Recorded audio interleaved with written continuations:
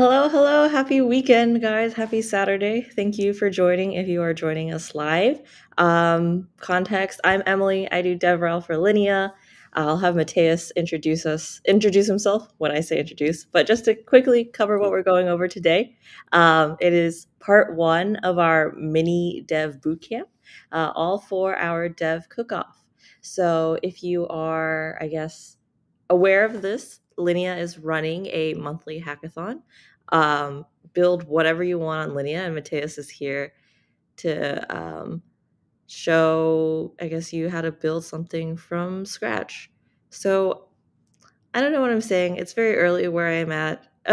Maybe it's evening for you guys. I don't know. But yeah, Mateus, go ahead and introduce yourself. Hello, people. It's lovely to be here with you. Thanks, Emily, for the introduction for this space. I'm going to show you about some of the basics of smart contract development. Okay, awesome. So I guess Mateus, take it away. It's our boot camp for getting you Thanks, get people. started. Glad to be here.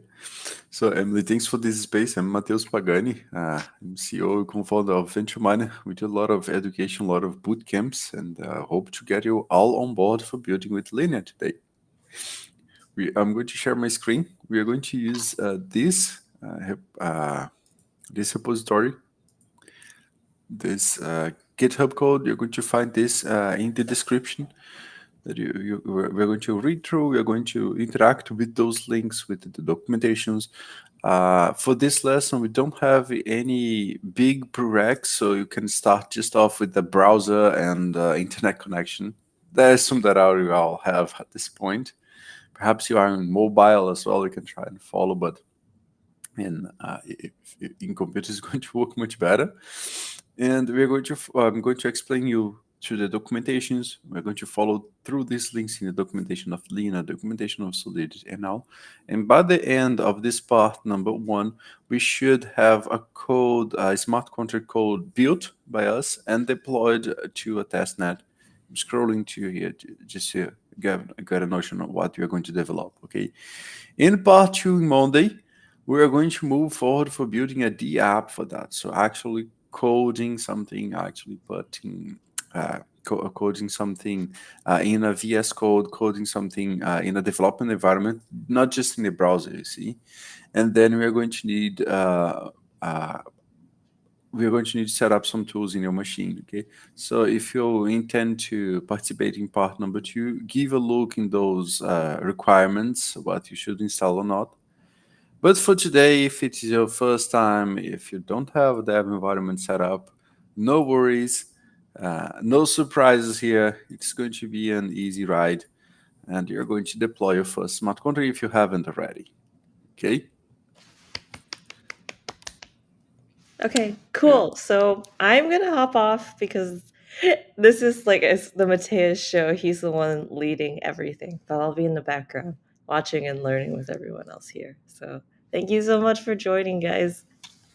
I will hop on again, I guess, at the end of the call, or in case anything catches on fire um, on Mateus' side. I hope it doesn't catch on fire, but it happens. Please come. Yeah, I'll fly over to Brazil. Okay, Okay. cool. Thank you, Emily. Yeah. Thanks, everyone. I'm following here through the chat as well, following also the stream on YouTube. So if you want to post questions in the chat, eventually I'm going to pick one or two. We have a good amount of people following. I want to make sure that everyone is able to understand, is able to follow these steps. Okay. I just, my intention here is that no matter where you started from, if you are from design, if you are from art, if you are from business, if you are from law, whatever, I want you to understand what this technology is, what is a smart contract, what it's doing, how to build it, and welcome you to software development, Web3 development with these tools. Okay, when you search for this in the internet, what is a smart contract, how to build, what is a cryptography, well, layer 1 and layer 2, sometimes you have a huge amount of content thrown on you. My intention today is to be like a curator of this content, giving you what is more relevant for you to start building, so that at the end of this month, actually 2-3 weeks from now, you can ship something, earn good prices with Linea, and make an impact in the ecosystem, right? So let's begin. I invite you to open this repository in your browser as well, so you can go clicking the links with me. And we're going to start using a wallet, a browser wallet. We are going to later on interact with Linea blockchain using this wallet. So you're going to need some test tokens there, okay? Some testnet tokens. I'm going to show about this as well. And as I said before, we're not going to install anything in our computer because we're going to use Remix, a web IDE. They have a desktop version as well, but we're going to use the web IDE that we're going to be able to open the files, edit the files, compile a smart contract deploy, and all of that. So this is the getting started guide. We can go over this over just a few minutes, okay? If you don't have a wallet yet, okay? So if you don't have a wallet set up yet, that's what I mean, okay? If you don't have a wallet at all, you should get one like Metamask installed on your browser. Here I have this purple version of Metamask installed. Let me show that for you. And if it's too small, I'm sorry about this. There's no way to increase the zoom just in MetaMask. I can increasing my screen, but there is a way to open MetaMask in expanded view here. Yes, so I can zoom in. But in this situation, if I'm hopping one screen to the other and you get lost, let me know. Okay, I can post a comment here. Let me know so I can repeat one of those steps if you don't get it, okay? So we're going to start by this part, setting up your wallet, this tutorial from Linea, that by default, out of the box, whenever you install a wallet like MetaMask, you are going to have access to a drop down of networks here in the left pane of this extension. Okay, just like this graph here is showing, you're going to see this selection of networks. You could connect to mainnet. If you have a big bag of mainnet tokens, you can do this lesson in mainnet. But if you don't, or if you don't want to spend those tokens in this lesson, you can switch for a testnet network. For example, you can switch for Linea Sepolia, which we're going to use today. Okay, so the process is really simple. If you don't have an extension, you can follow this step here of installing a browser extension. I'm assuming that everyone that is joining here has this prereq, one of the things that I have lined up. But hey, if you don't have this installed, don't freak out. It's just 30 seconds at all to install this. You are going to need to save a seed phrase for that. You store that in your computer and you are ready to go. Okay. After that, you're going to have access to this extension that I'm showing here. You are going to open this extension in your browser and you're going to see this drop down of networks. We are going to use, let me repeat that, it's very important. We are going to use a test network. Please don't waste your mainnet tokens. Switch here for test networks, and we are going to keep with Linea Sepolia, okay? This last option here, when you have it out of the box, okay? This is going to enable you to connect to this network for everything that we're going to need in this lesson. The next step is that whenever we want to include a transaction in the blockchain, someone else is going to do a work for us, right? Is going to do a computation, and ain't nobody in this world willing to work for free, right? We need, at least not at scale, and we need to pay the miners and the validators for them to include those transactions in the network for us. So this is why we're going to do this second step of funding our accounts. We are going to ask funding our account. Okay, you are going to open this link, the step number 2 of the getting started. But the default page that you get when you open this link is this tab called mainnet here, okay? But we are going to switch for Linea Goalie here. Sorry, Goalie no. Linea Cepolha, the third tab. I was so used with Goalie in the past. We're going to use Linea Cepolha, the third tab, okay? That we are going to, there are two ways for us to get tokens, to get assets here in this testnet. We could use a faucet, equivalent, to get some testnet tokens. Or if you have testnet tokens in Cepolha, like normal Cepolha, the Cepolha network, the Cepolha testnet network from Ethereum layer 1, this one, Cepolha. Okay, if you have tokens there, this balance is not 0. You could bridge them. Let me find it.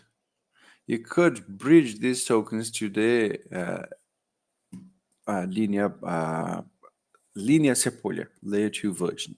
Okay. If you don't have, if you don't have tokens to bridge, you would need to ask brand new tokens. You can ask each layer 1 Cepolha as well, and then bridge, or you can ask it directly for the Linea layer 2 testnet tokens. Okay.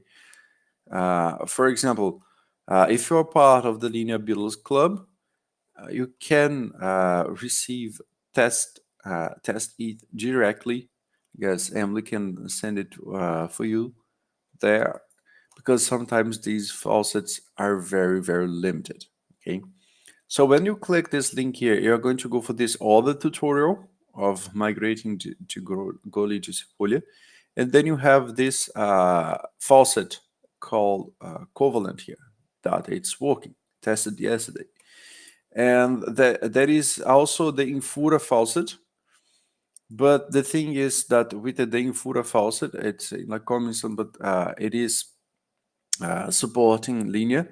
But the problem is that you're going to need some mainnet ETH. So, for example, this is the link for the Infura, the other option, the alternative option there.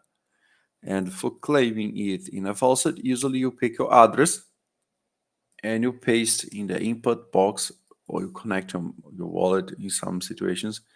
But here it is requiring that we have a little of mainnet ETH for claiming here, just for protecting against spam and all.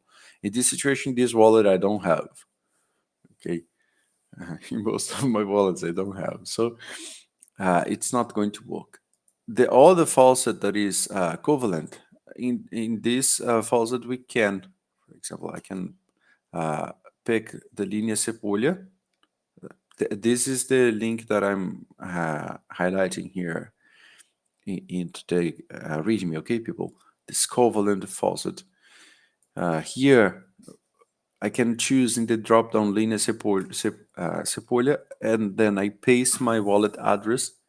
And instead of having mainnet balance, I just need to prove that I am human by selecting the animals that are possessing wings. Okay, I guess elephants and bears don't have wings. And this might prove that I'm human. Okay, at least for that website. And then I can request tokens to be sent for my address. In this situation, I have tried like 11 hours ago, so I can't ask again. But for you, if you don't have Sepolia Testnet ETH, Linea Sepolia Testnet ETH, this can get you a small amount to get started today. Okay. Let me know. Tell me here in the chat if you have questions about this, if you have troubles getting there. I can send some more directions and troubleshoot some problems. Okay. Nice one. Work it. We're going to need a good amount of these testnet tokens later for deploying smart contracts. We're not just going to be interacting with smart contracts, we're going to deploy, and the smart contract deployments, they do cost a bit more. So if you have 0.01 and above, it's good. And later we're going to try with some payable calls. So it's good. In my situation here, I have 1.017, so I could send 001 to 100 people here if needed. Just paste the address here in your I guess we have a place to comment in Twitter and YouTube in the chat, and I can try and fix that for you. Okay. And if you need mainnet balance, then you speak to Emily, not to me. Okay. Just kidding. That completes our step number 2 for funding our account or testnet accounts for us to proceed. And then the third step is that we are going to use Remix. Remember, I told that we're not going to install anything in our machine. We're going to just use some browser-based version. So this is the idea of Remix. Okay. When you open this tool called Remix, let me close some tabs here. When you open this tool called Remix, you have this interface loaded in your browser. The link is here, website. If you click here, you're going to open the same application, the same page. Okay. And this is going to give this interface for you out of the box. This is an IDE, something that you can use for coding, where you're going to find a file explorer. Those files are hosted in your browser. Then you can select the files. You have a big pane here, like a text editor, colorful text editor for you to start moving those lines around, changing these lines and all. You have tools for compilation, tools for deployment. Okay, we're going to see all of that in detail in the next steps. Okay, this number 3. Follow this guide. Instead of following this specific guide that we have here, I suggested another more in-depth guide that is going to give us the requirements for building our first smart contract here. We're going to build this code later, frog that can jump on chain. We're going to test without, so I need you to get acquainted with specific parts of Remix. I'm going to demonstrate them here. Okay. If you want to know more about Remix, there is a great documentation here. Often we are afraid of documentations because they are too big or too complex. But the thing is, some documentations are better than others. Some documentations are treated more carefully than others. And the documentation that I'm going to show today from Linea, from Remix, and especially the one from Solidity, they are great documentations, very well maintained. They are indeed big, but anything that you have questions about, for example, how the file explorer works, you have a great page here, short, well described, with links, with pictures, okay? And if you prefer, you can spend 1 to 2 hours debugging to save 15 minutes of reading the documentation. See, this trade is good for you. Like, spend 2 hours to save 15 minutes. I don't know, depend on how much free time you have.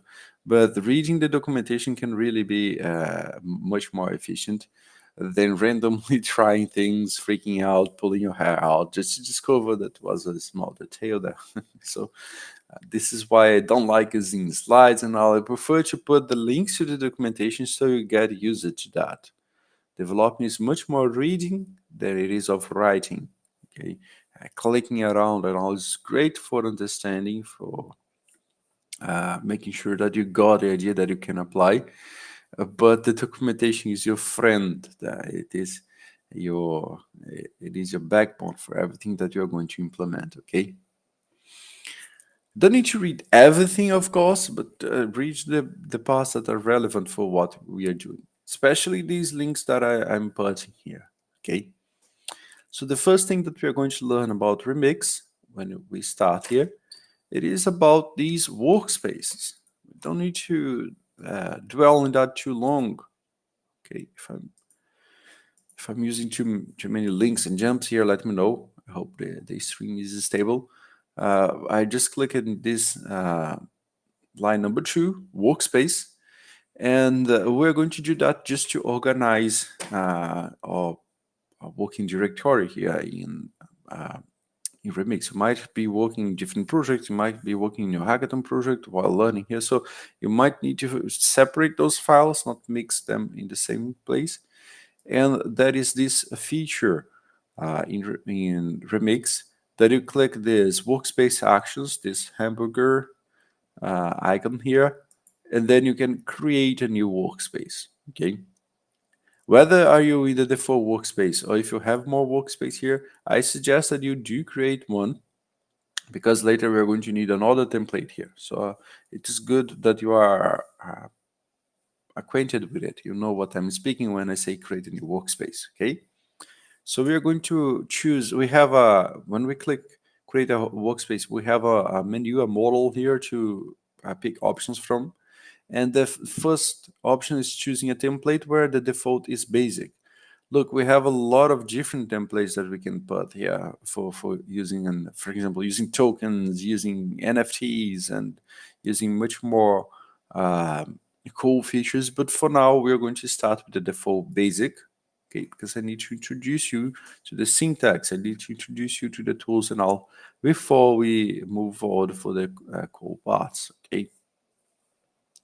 So we are going to do this, create a workspace, pick the basic template, and you can give now a name to it.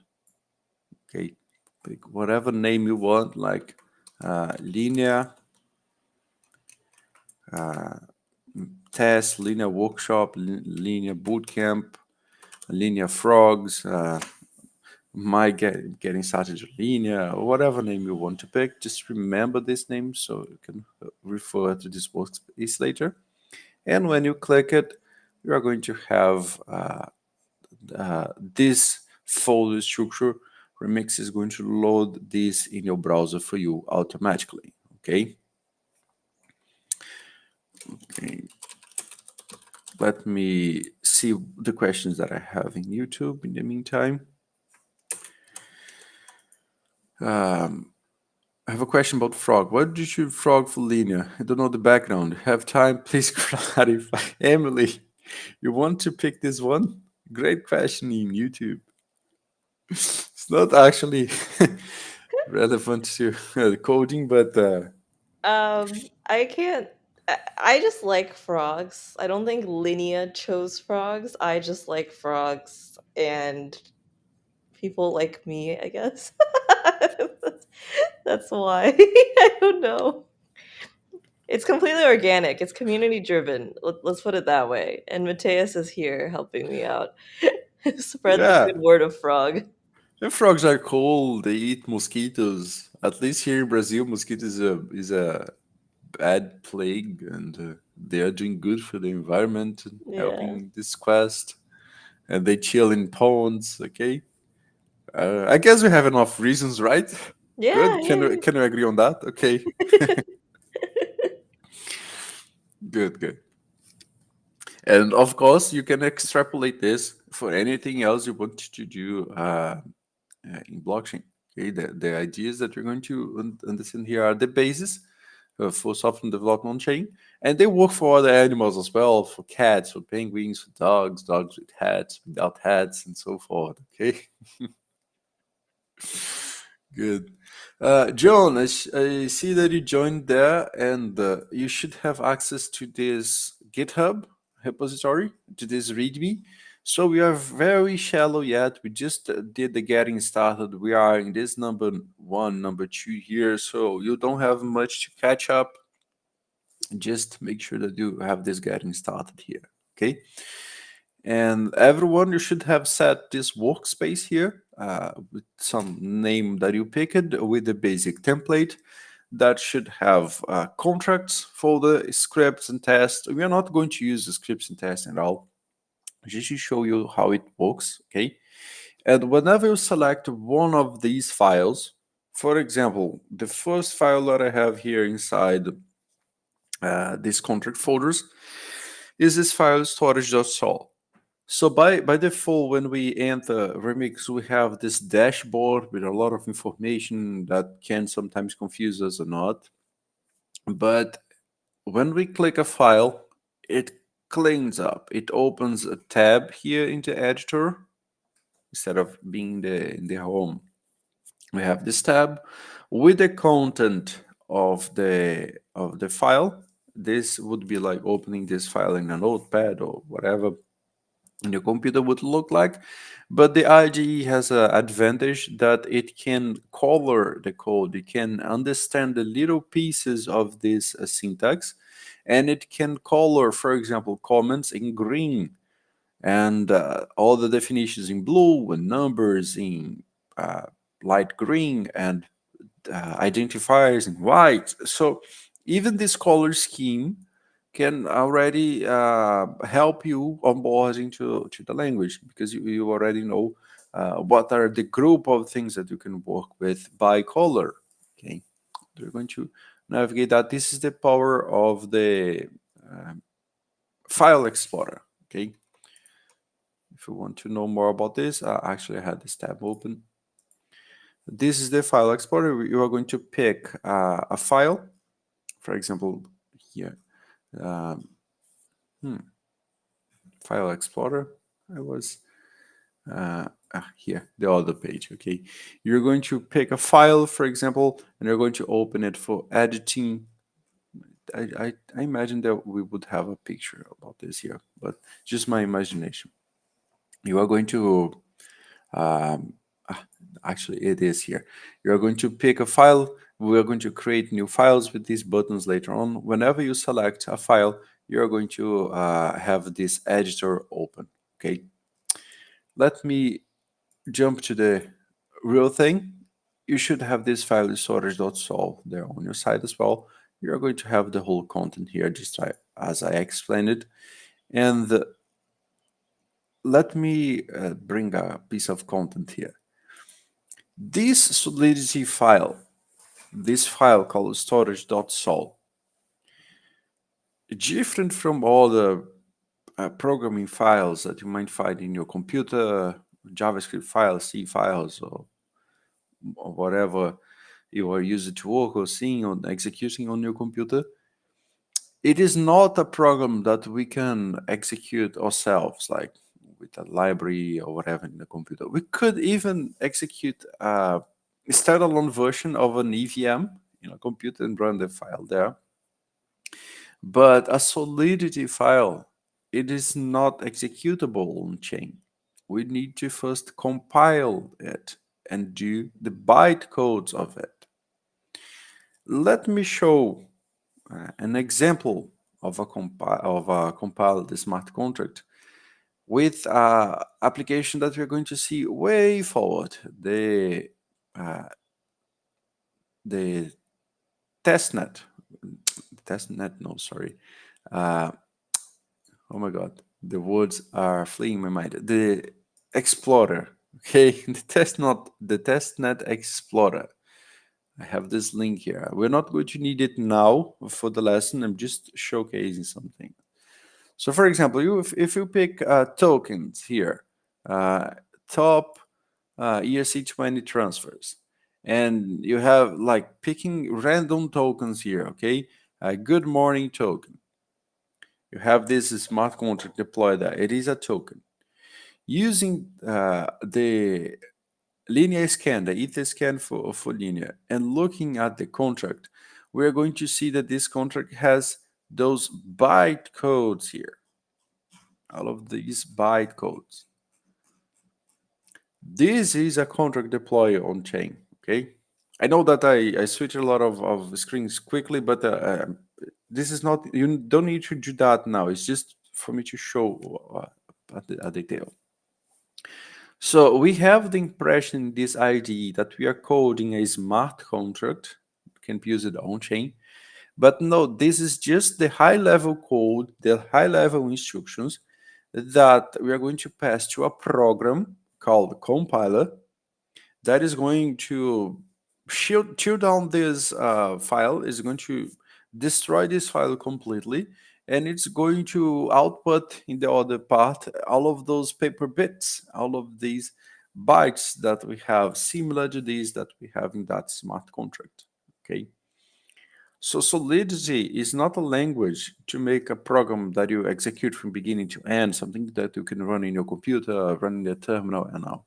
Solidity is a program designed for you to trigger specific parts of the compiler, specific programmings in the compiler, so that the compiler can spit out, can output in the other side a bytecode usable, a usable bytecode that produces state changes on chain.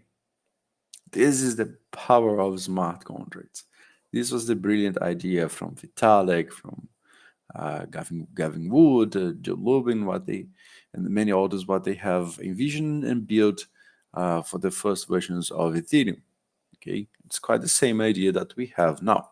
So whenever I'm speaking about editing a Solidity file, imagine that we are editing something that is going to be fed for this compiler here. That is the next bullet point.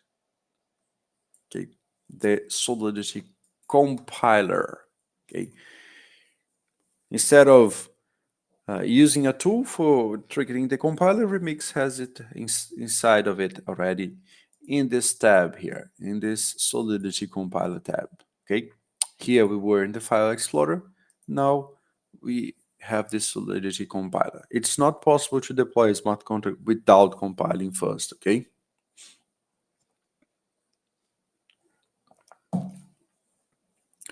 So here, the first configuration that we're going to need this bootcamp, so pay a lot of option, is that Solidity has a lot of different versions. We didn't even reach the version number 1 yet.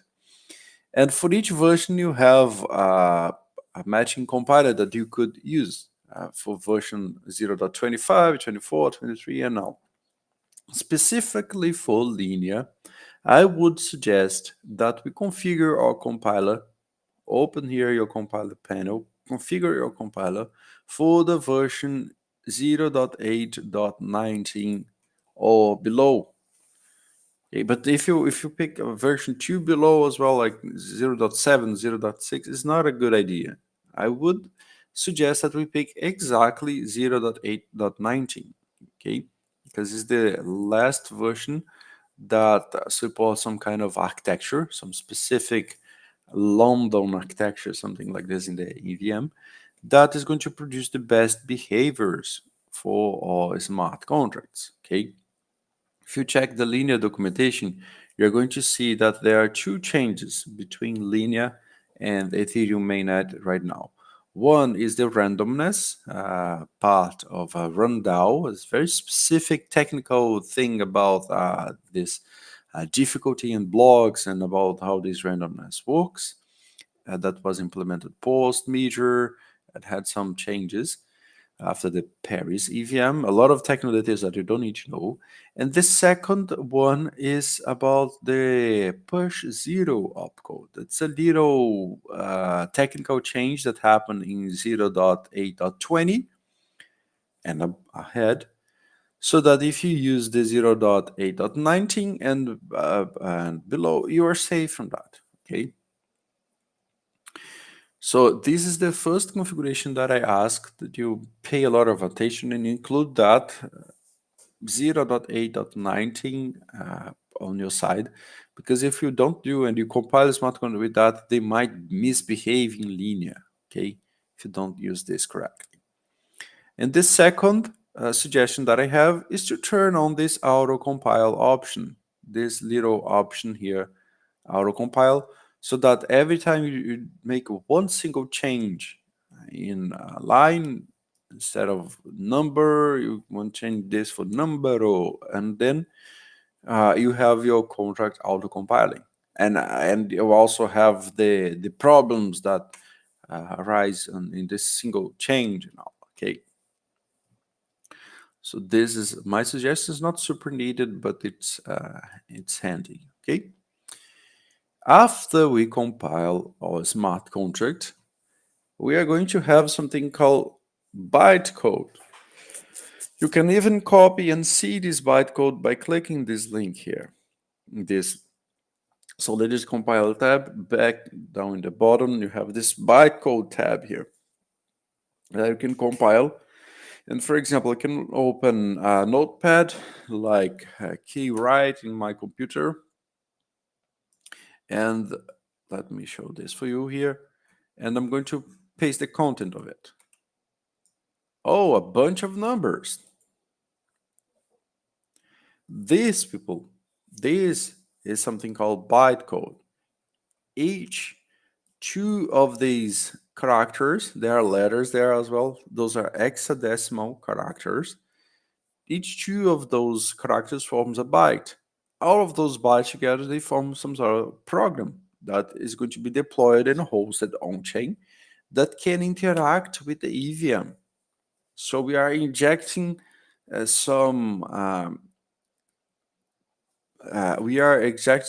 injecting some pre-programmed chunks of code in some specific addresses in the blockchain, so that they can execute code for us. They can produce outputs from these transactions. Okay, this is, whenever I speak about bytecode, remember about this generated bytecode from this Solidity file. Okay, and this is produced by the compiler. I could program this bytecode myself. I could try, but then probably I wouldn't pass the "Are you human?" check and all, because that's something that you can have a machine to do. You can have a program to do. Okay. Solidity compiler is a program, off-chain program. Okay. Everything that we are doing now, let me clarify that. Everything that we are doing now is off-chain. I could be doing that offline. It's just a file being passed to a program. The file called storage.sol is being passed by a program called Solidity compiler, off-chain, offline if I want, and this is going to produce an output for me that is a bytecode. Okay, so let's move forward for the last part of this introduction of Remix, that is understanding the deploy and run transactions tab that we're going to use for picking this bytecode that we created. We are going to connect to many different environments, especially virtual machine environments, and later on injected environments, so that we can send transactions to those networks. Okay. By default, when we connect, when we open this deploy and run transactions tab, we are connected to this virtual machine environment. Okay, let me show that for you. Close these tabs here. In this tab, deploy and run transactions, we are by default connecting this environment, virtual machine. Okay, it is super handy because instead of asking for testnet ether and all of these faucets and all, we can just now have these accounts drop down here. Those are pre-funded accounts with a lot of ether. Good amount of ether here, it seems, right? So we are rich. We discovered a mine of gold here that we can starting withdrawing and buying Lambos and all. So these people are just existing inside this virtual machine blockchain, this virtual machine environment that is a blockchain inside your browser. Okay. So unless you can convince people to accept payments in tokens inside a browser for some reason, this is not going to work. Okay, people are not going to give you labels for these tokens or anything at all, I expect. So instead of using the default virtual machine environment, this local blockchain, because we want to interact with each other, we want to test out things on chain, we want to test out things in the public, we are going to change this environment drop down here for injected provider. Okay, in this situation, have MetaMask injected. So you're going to do this injected provider. Okay, we are in this step number 6. Okay, you are going in this situation here. When I click it, it was very easy because I have this wallet connected already. But in your situation, you are going to see MetaMask popping up, and you need to approve this connection. It's going to be something like this. Let me try and disconnect this account. Okay, let me try again. See if I can emulate this process with you.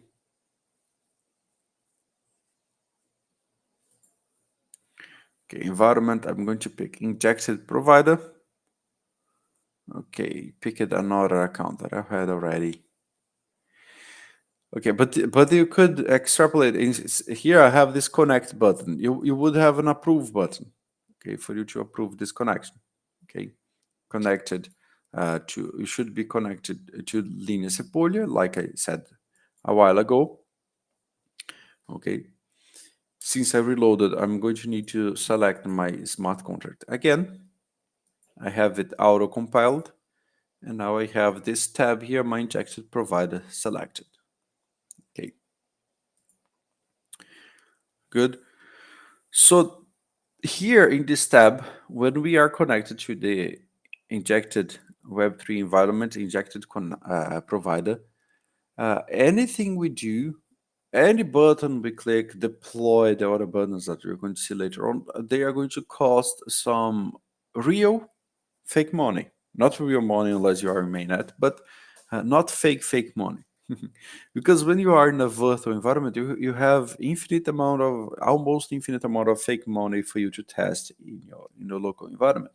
Here, every time we need more tokens, we need to ask a faucet, so we would need some limitations. It's not as easy to go as we have in the virtual environment. So for example, if you want to deploy the storage.sol, we didn't code it yet, we didn't change it yet, I'm just showing remix. If you want to deploy it to the Linea network, you would connect here injected provider MetaMask. You can leave all the other fields as default, okay? You would pick your default, you would approve this connection in MetaMask or your wallet, and then you would pick your default account, and then you click deploy, okay? This is going to send a command for your wallet to approve this transaction. So you can even review what has happened here, the deployment costs, the gas costs, and all. And then when you confirm, this is going to send the transaction to the blockchain. And it was very, very quick. But here we have this contract deployed. It was confirmed. If you do that, click on deploy, send this for your wallet and approve. Then you can go for activities, just activity, and then you click on the last entry that you're going to have in this list. You're going to see that the transaction went through. And then you can click in this first link, for example, view in Block Explorer. And here I have, this is my transaction received in the blockchain, and it ended up in deploying this smart contract there. Okay, we deployed this sample smart contract there. It's too boring because we didn't code it, so I'm not going to give a lot of highlights in it, but yes, this is a smart contract deployment. Sounds too complicated when you read it in other places, but here it's just as simple as clicking some buttons. Okay, good. So this completes our introduction to the remix, to the tools that we are using. I hope that you could follow all of these steps on your side, that you are familiar with all of these terms, or with the file explorer, the compiler, the deployer, because now we are going to use these two to understand what is Solidity, what is this programming language that we are using in these colorful lines that we have here. Okay. So if you don't have your remix working yet, send me a message. Let me just 1 second, people. We try something here. Send me a message. You can try. Oops, that was not the window I was trying to open. You can try putting that in YouTube questions, or I can try following up the questions from Twitter as well. Let me see if I can. Yes, I guess I can. Good. So I want to get everyone on board. If you couldn't get your environment running at this point, please stop me, ask those questions, and I can try and pick one or two. So our objective now forward is understand how can we create those smart coders? How can we create these lines of code by ourselves? The first thing that we are going to understand is this programming language, the concept of this programming language.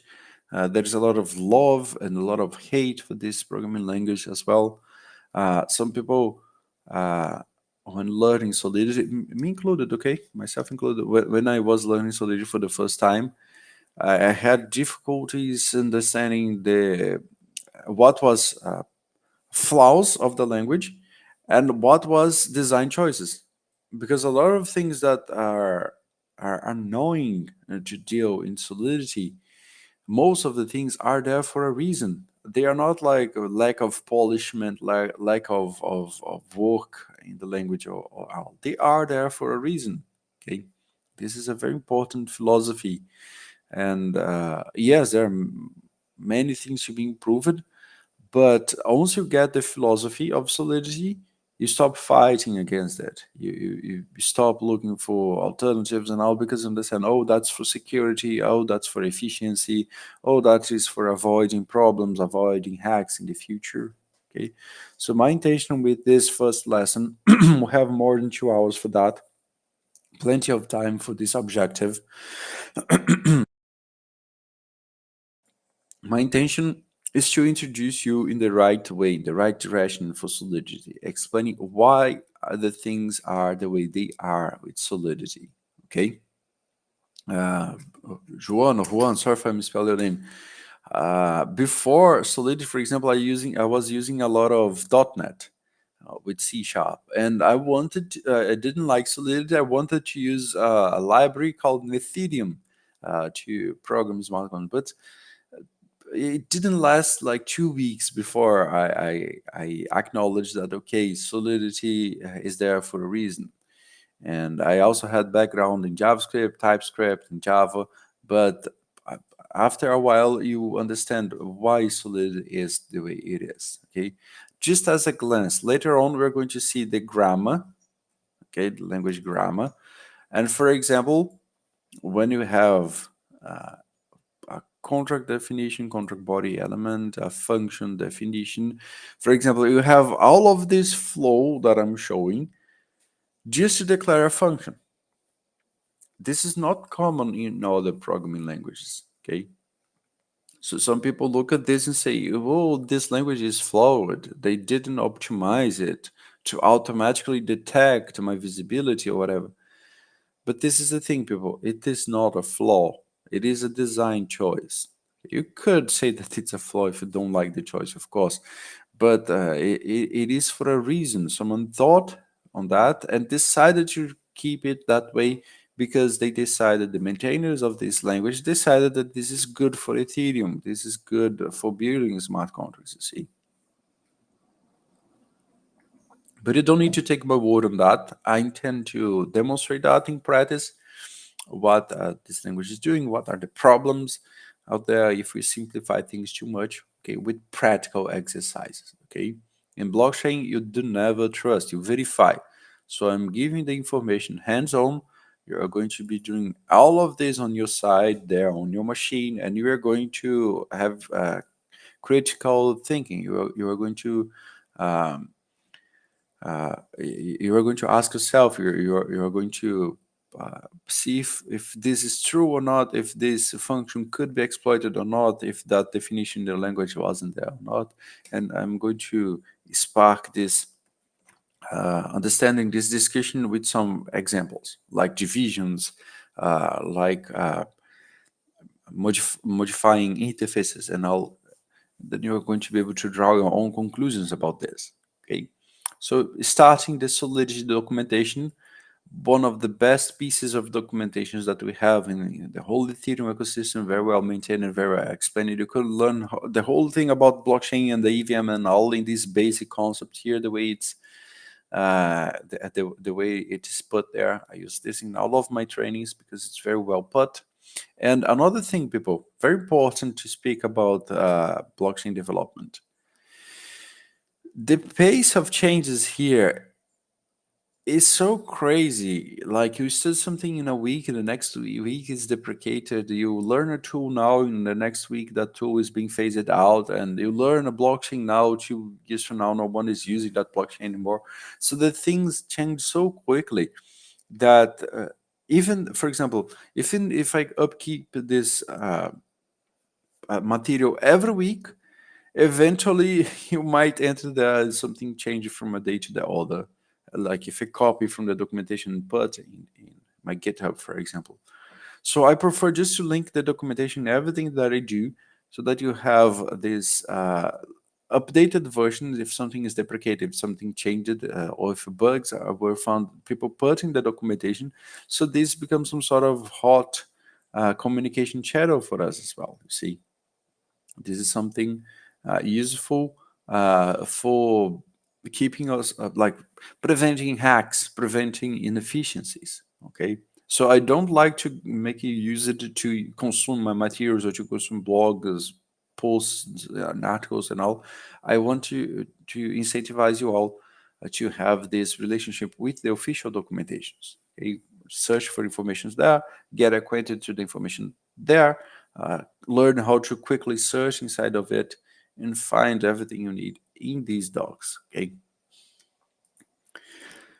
And we're going to use Remix to create a new file called frog jump. We're going to do a little froggy exercise in this mini bootcamp. Today we're going to understand about the Solidity syntax for this little frog jump. Okay. So we're going to use our file explorer. We can do this inside the same workspace. Or if you want, you can create a new workspace blank for you to organize your files there. What I'm trying to say is that I'm not going to use the other files. I'm not going to use the storage, I don't know, ballot, whatever. I'm just going to use a new file inside these contract folders here, okay? That is going to be named frogjump.sol. .sol means that it is a Solidity file, okay? So I'm going to put the name of the file here, frogjump.sol, and this is what I have, a blank canvas for us to start painting or art here, or techniques here. And of course, a blank file is not able to be compiled. It doesn't have any instructions at all for the compiler, okay?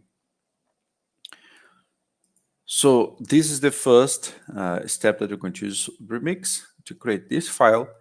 And we're going to understand what to put there using this link in the documentation. The layout, oops, this link in the documentation. The layout of a Solidity file should understand that every smart contract to be compiled by the compiler needs to have a file that is structured in that way.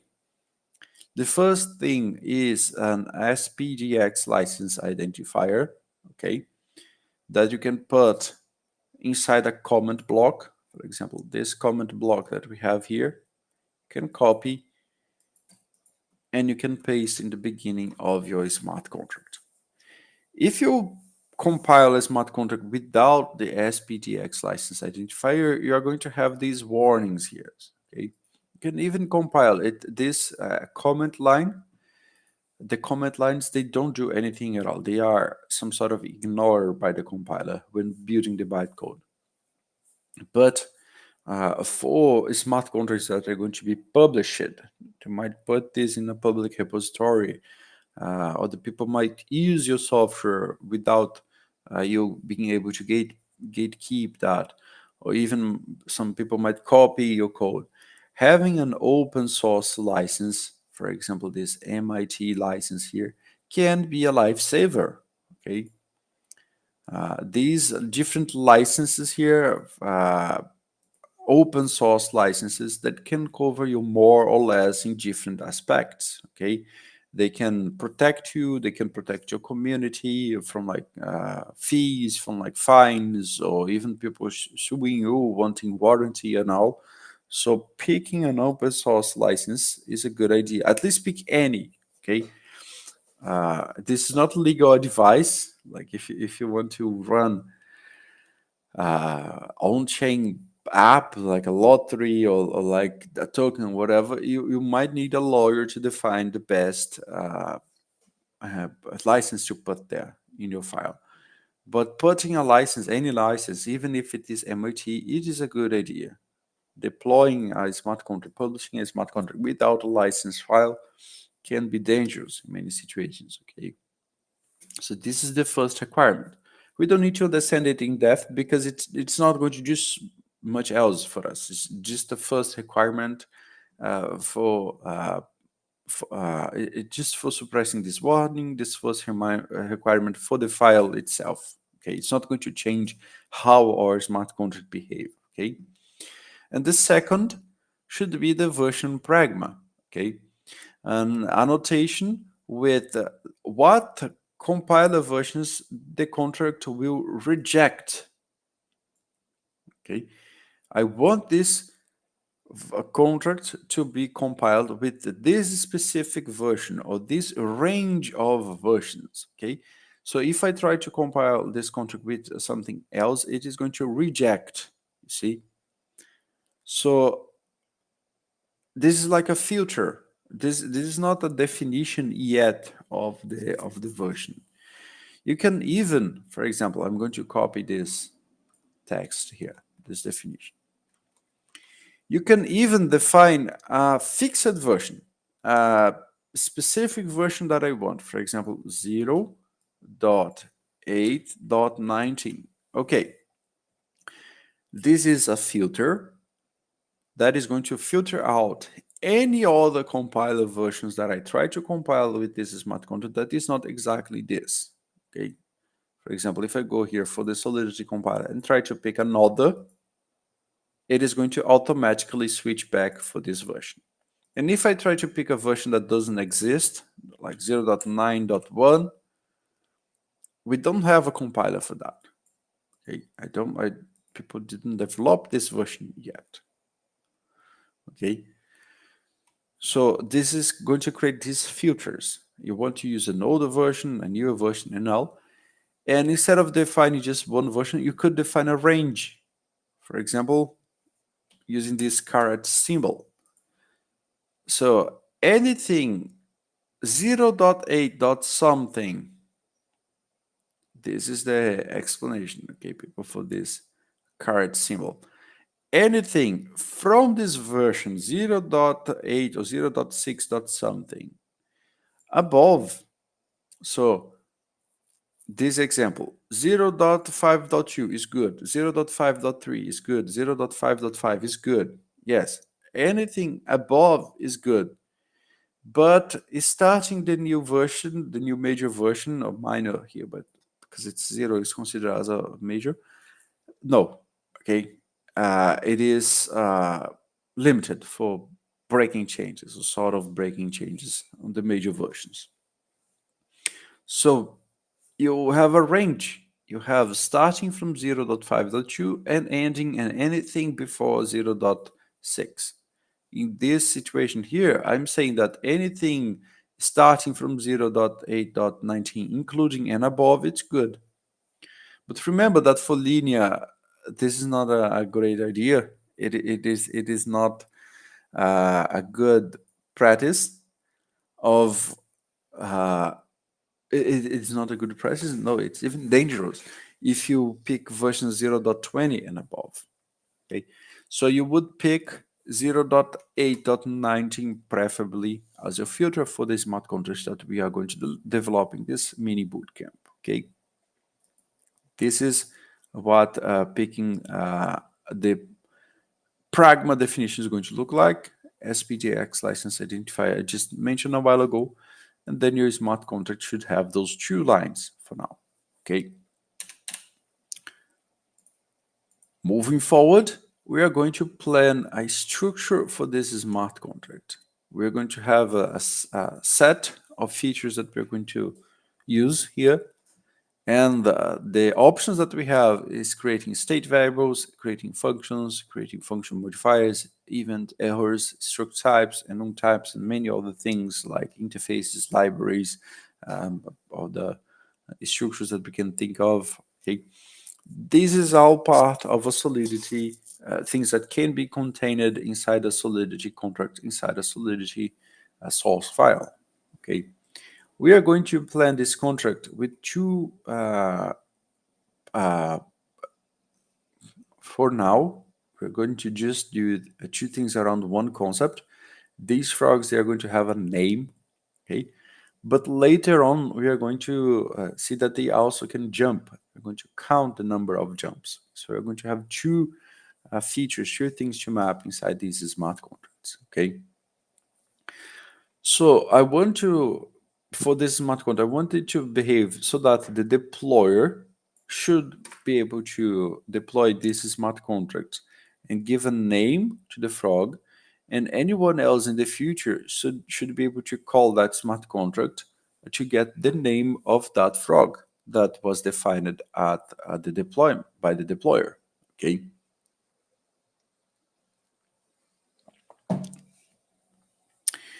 And for us to implement this kind of behavior, we are going to create a contract definition. This contract definition, we're going to define this object, some sort of object like contract, using the syntax of Solidity. And the syntax, if you are completely new to programming languages, the syntax is like this. It needs to be correct letter by letter. Okay, I cannot do like contract with a capital C. Okay, this is not like a LLM that I can say like build a contract of a frog that is going to have a name and whatever, that you could use natural language. Okay, this is for LLMs, GPTs. Solidity compiler, no, you need to pick the exact syntax, the exact characters, things by things that we are going to use. Okay, so we're going to create a contract definition for frog jump. Contract like this. And now we can pick an identifier. It's going to be colored in white, called frog jump. Do like this. And every time you define some structure in a Solidity file, since it is a curly bracket language, you're going to need to do this symbol, this curly bracket symbol for you to use. So you're going to have contract in blue, because this is something from Solidity syntax. You have an identifier in white, because this is a word that you can pick. And you have these brackets here that is going to specify that everything you put under it is going to be defined for this frog jump contract. Okay. Whatever is in white, people, as a rule of thumb, whatever is in white, you can include, you can put any kind of words that you want, like my frog, or even frog contract. Okay, there are some symbols that are not allowed, like space and dash now. But you can put any word there. If it is going to be conforming to the style guide or not, is another thing, but it works with any word. You just can't put the reserved words. For example, contract pragma. It's not possible, you see. Contract solidity. So any reserved words, any of those blue words are not possible to be used as identifiers. And I mentioned the style guide because that is a recommendation down there. Let me find it. The style guide. Yeah, down there in the documentation, you're going to find this link for the style guide. That, just one second. This recommendation for the style guide that is going to specify what kind of naming conversions for contracts, for functions, for variables, and all that you should use. And for example, we have this definition for capitalized words, cap words, for all of the contract and library name definitions. So whenever you are defining a contract and library name, you should use cap words, for example, simple token, smart, bank, player, congress, whatever. This is a guide, okay? If you put lowercase or whatever other kind of case there, it doesn't mean that your contract is going to stop working, okay? It's just going to get smelly. Like this frog is now smelly. It's not that good for someone to review this. It could create confusions with a variable or whatever. If you put it, cap word is going to be easier to read and to maintain that smart contract, okay? Good, so no questions so far. Let's move forward. We are going to create now a state variable. A variable of the United States? No, it is a state variable because we're going to see later on that every smart contract deployed, they have some reserved space in the blockchain for it to store data, like a attached database or some sort of thing like this. And when we create a state variable, it means that this variable is going to be attached to a specific space in the storage of the blockchain that we can now have some sort of persistence, okay? And this is a thing about learning Solidity, learning smart contract or with any language that differs a lot from all the programming languages. Usually when you want to have persistence in a smart contract, when you want to close your program, go back tomorrow, and you have the same state. Like you are playing a game, and every time that you load a game, you start from the initial phase, and then you need to input a password to advance. This is stateless. Like if you play like Nintendo, Mega Drive, and all before we have those ways to save the game. So this is like stateless, non-persistent computing. You start from scratch all the time. When you can have persistence, when you have a database, a place that you can save the program, you can save the game, you can save your progress, usually you need a database for that, or you need some sort of file system for that, for storing this. Solidity, or actually when you are building on the EVM, or when you are building smart contracts, at least in Ethereum, you have this state attached there. Just by creating a simple state variable, boom, you have this feature of that being stored on chain. Okay, and also there are some sort of repercussions from that. This can have costs, this can have implications. So when we create a state variable, a variable that is declared under a contract like this one, we automatically, when we deploy this contract, we automatically have this feature of persistence for us. We're going to see that, okay? We are going to create a state variable, public state variable, with the type of string. And we are going to see that this type of string is really, really weird.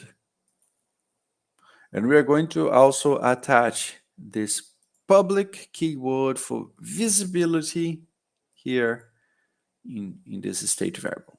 Okay, give me 5-10 minutes. I'm going to explain about these names that I mentioned. Okay, we're going to create a state variable by declaring the type of it. In Solidity, you have many types. We're going to use the type of string, but you're going to see all of these value types here, all of those reference types, and all of those mapping types and others that you have. Strings are special kind of arrays. Yes, for Solidity, strings are arrays, but you're going to understand why. And we're going to declare this as string. Let's just do a string name for now without the public. String name, like this. And this little variable, this little state variable, whenever I deploy a frog jump contract, is going to have a specific place in the blockchain that I can find this variable there. Okay. Whenever we are transacting with a smart contract, we are transacting with spaces in the storage of a blockchain. For example, let me pick the Linea Explorer again. Yeah, linear scan, actually. So, for example, this, no, actually, I was in the wrong one. Tokens, ERC20 transfers, all of those transfers here. Whenever someone do a transfer in a token, in a blockchain, whenever someone do any transaction to a smart contract that causes a state change, they are changing those variables inside a contract. I don't have the state panel here. Let me pick normal Sepolia Etherscan, for example, so I can have this pane. So any smart contract state change that we do, not to an EOA, okay, not to an externally owned account, okay, I'm speaking about transactions inside a smart contract, for example, a token transfer, ERC20 token transfer. Every variable that changes inside a smart contract. I know there is a lot of numbers in my screen, but what I'm doing, this transaction here, it was a token transfer inside this network, caused a state change inside a specific place in the blockchain. At this address, at this storage address inside this address, we had this number or this text or this address or this whatever changing from this to that. And here it changes from this to that. Here it changes this to that. These are variables under the hood, okay? When we code Solidity, we see the beautiful part of it.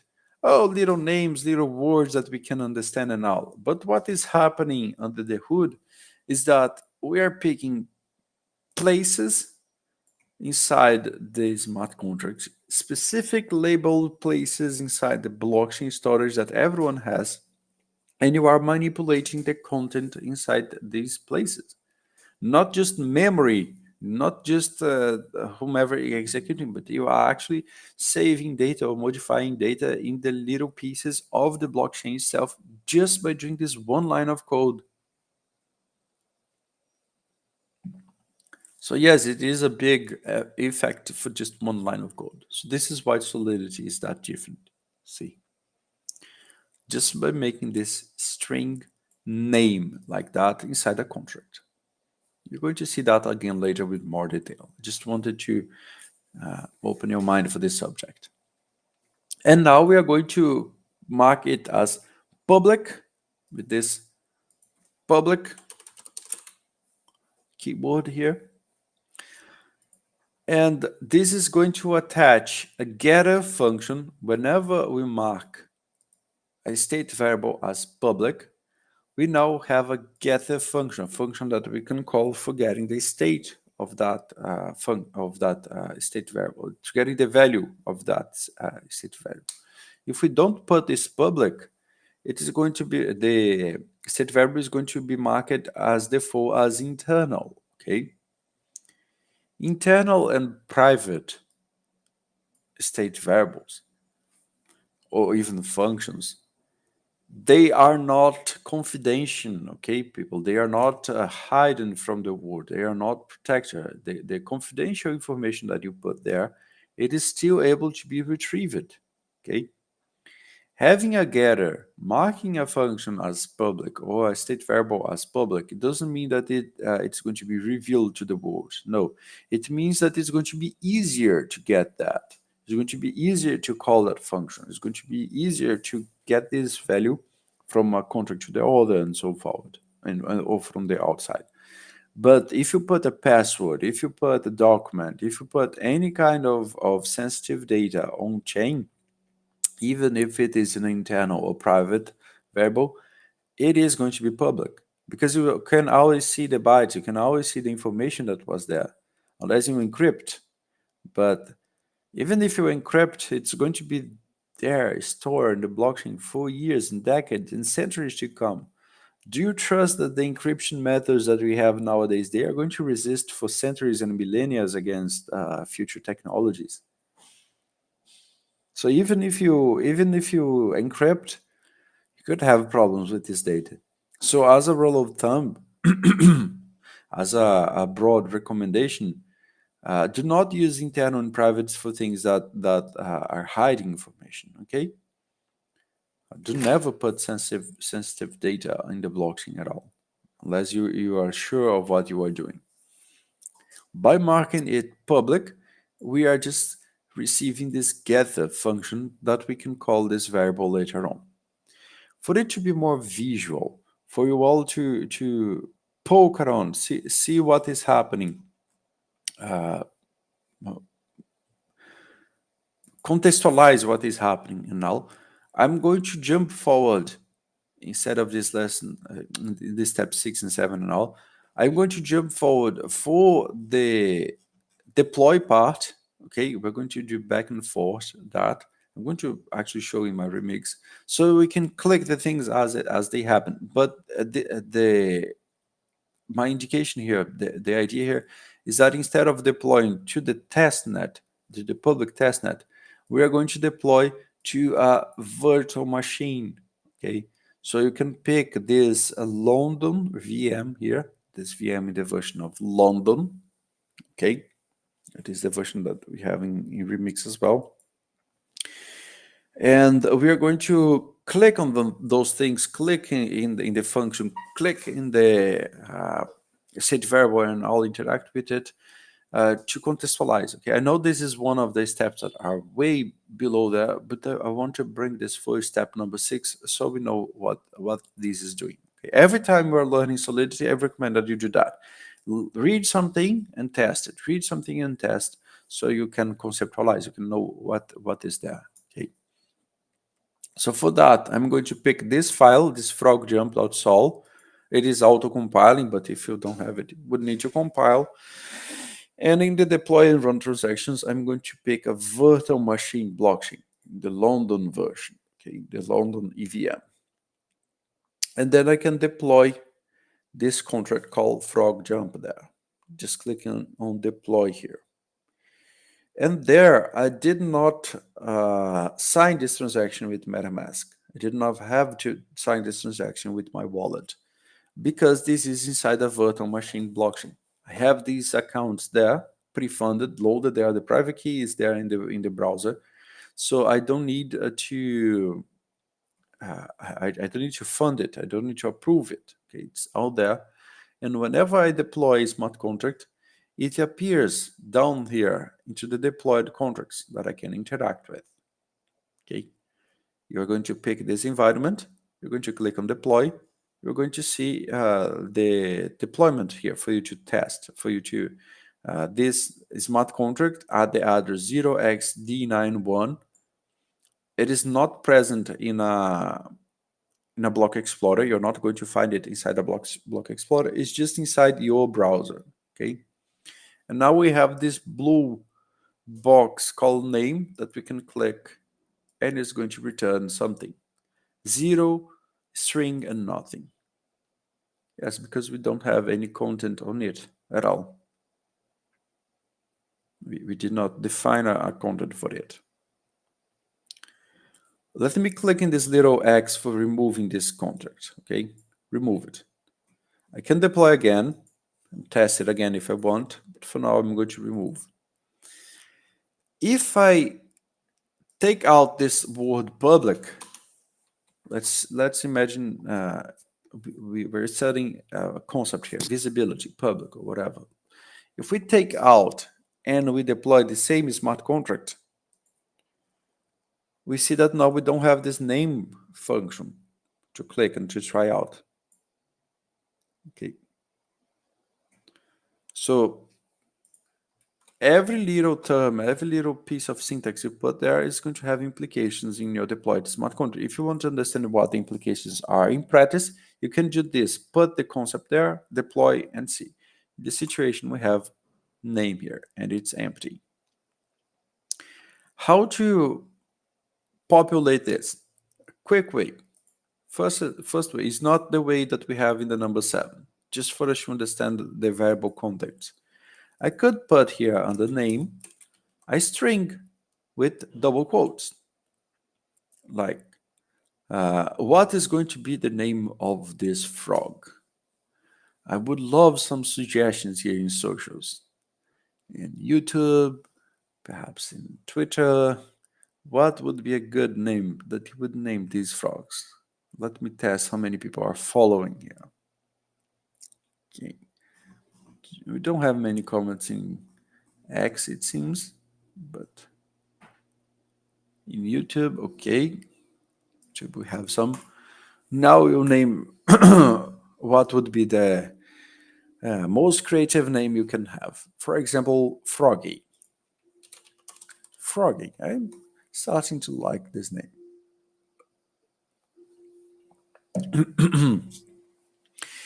If these people, it means that whenever someone deploy that smart contract, it is hard-coded that the initial content of this variable is going to be Froggy.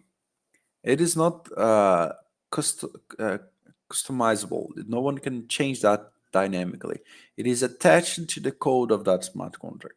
So whenever I deploy, here I have the name as Froggy,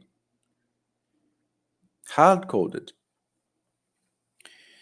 My intention with this step number 7 is to make this more dynamic, because every time someone wants to change this name for another name, they would need to change the smart contract.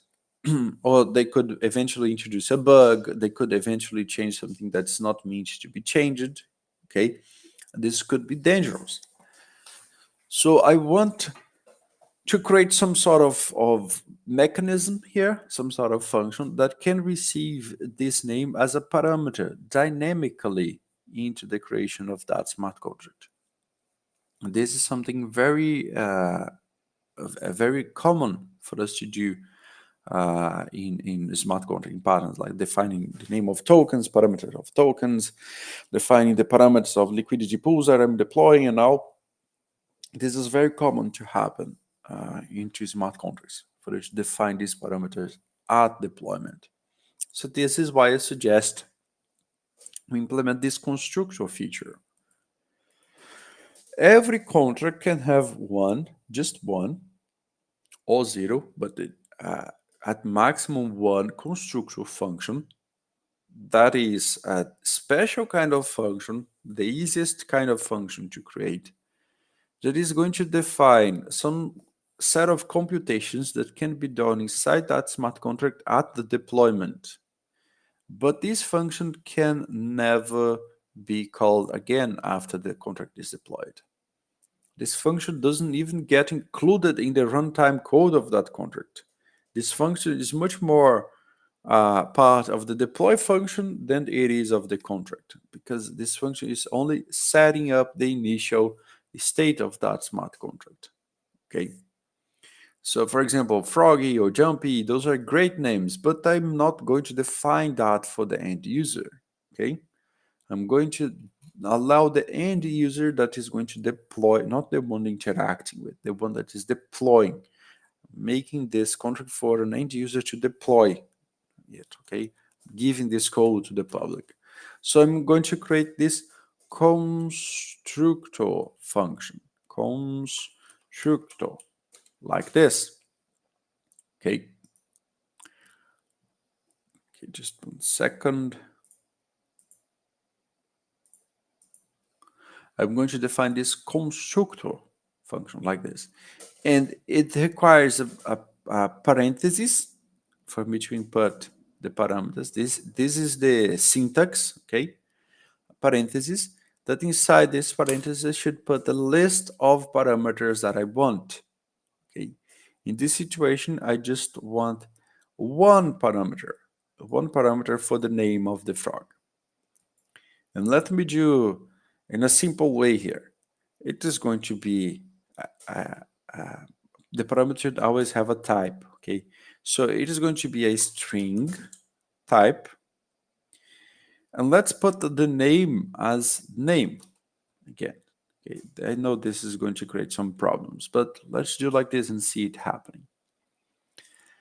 And this is going to be one parameter for us to receive. This parameter, string name. And whenever I'm receiving parameters for a constructor, for example, I could receive a number, uint 256 age, uint 256 call like power of that frog, boolean indicating whether it is a green frog or any other color of frog. I could have a list of parameters like this. When I'm over with it, I would create a curly bracket again, and I would start at the definition of the things I want. This is the normal way to receive data for a constructor, okay? And all of this data would be included into the deployment transaction. But the thing is, since what we want here is a string, we have a problem. Because a string in Solidity is not a normal type. We just saw this a while ago in the types here. It's not a normal type like a Boolean, like a number, like bytes, or to or address or all. It is a reference type. It is an array. And the problems with arrays is that they can have infinite size. They can be just short or can be bigger, have 10 members, 100 members, 1,000 members, and all. And Solidity needs to deal with that. But we are receiving a string parameter. We need to do that by picking a data location. I put this into the documentation. You can read more about these data locations into the documentation. Okay, the places we have inside smart contracts to store things, the storage in the memory, and work it into the stack, and the data locations that we have for variables, memory, storage, and call data that can cost more gas, less gas, that can allow for some things or other things that are needed. Thankfully for us, in this situation, it's very simple to resolve because for all the options that I have, like string, storage, okay, it doesn't work. I can't put the storage here in this constructor. It is not going to work.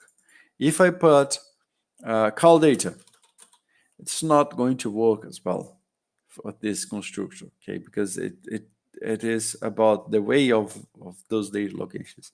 The only thing that is going to work here for me is memory. So I say that this is convenient because then I don't need to pick if I have three options, but just one is available. I don't need to bother with the other options, right? I get in the restaurant and I ask, hey, is there a juice? And yes, you can order juice here. And then you go, there is orange juice. And then the waiter say, no, There's no orange juice. We are out of it. There is strawberry juice. No, we are out of it. So what do you have? Like pineapple juice, only that. You don't have the burden of choice anymore. You just need to go with pineapple juice. So you can choose not to be there actually, but you don't have this burden of choice anymore. So here, the only thing that's going to work for us is memory. That is going to pick this variable in memory. We could use call data if that was another function, but the constructor can't use call data. And the storage is something that is used for referencing things in the storage by reference, like pointers. It's not possible to use pointers for something that is coming as a parameter. Okay? So in this situation, it's very easy to decide. We just have one option, that is memory, and that's all. Okay. So we are going to use string memory name to set the value of name as name. Because instead of just having the hard-coded version of Froggy, of Jumpy and all, I want to make it dynamic. I want the person to deploy it to be able to use it. Okay. Good.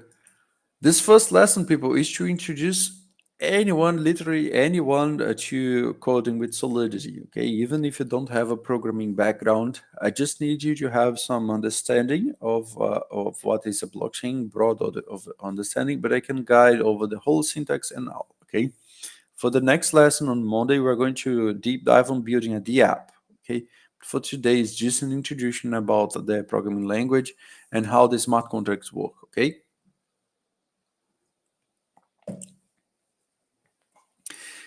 So we're going to do this. I'm going to pass a name in the constructor as a parameter, and then we're going to save the variable name in line 5 to the variable name that we are receiving in number 7, in line number 7. And we're going to have a problem here. So when deploying that smart contract now, instead of just having a deploy function, I need to put a string here now. I need to put something like my froggy or something. I need to pass a parameter. I cannot just simply deploy without anything ahead. This is my first parameter for name here. Okay. But if I try and do that, if I transact like this, and now I have this smart contract down there, I still don't have the name populated with the variable that I wanted, this my froggy that I wanted to have, because I committed a problem here. Shadowing the variable, the local variable name that I declared in line 7, that is in the memory here for this function, is now shadowing the definition of this state variable in line 5 inside this function, only inside this function. Outside of this function, it is still behaving normally, you see. So here inside this function, we have this problem. Here, we can change the name, like input name or whatever to solve. But here we have a very common practice that whenever you are receiving something, you put an underscore behind the variable name. And whenever you are returning something, you put an underscore after the name. You're going to see it a lot in many smart contracts that you get to work with in your career, in your path. This underscore is not changing how the variable works, not changing what the identifier is, whatever. It's not doing anything programmatically in the syntax. It's just a naming conversion naming trick that can avoid you to shadow variables. Okay, it is more readable now. Okay, this name is in the internal version of it, and now I have this other name that is the state variable there. Okay, it's very common to have. Okay, this would fix this smart contract.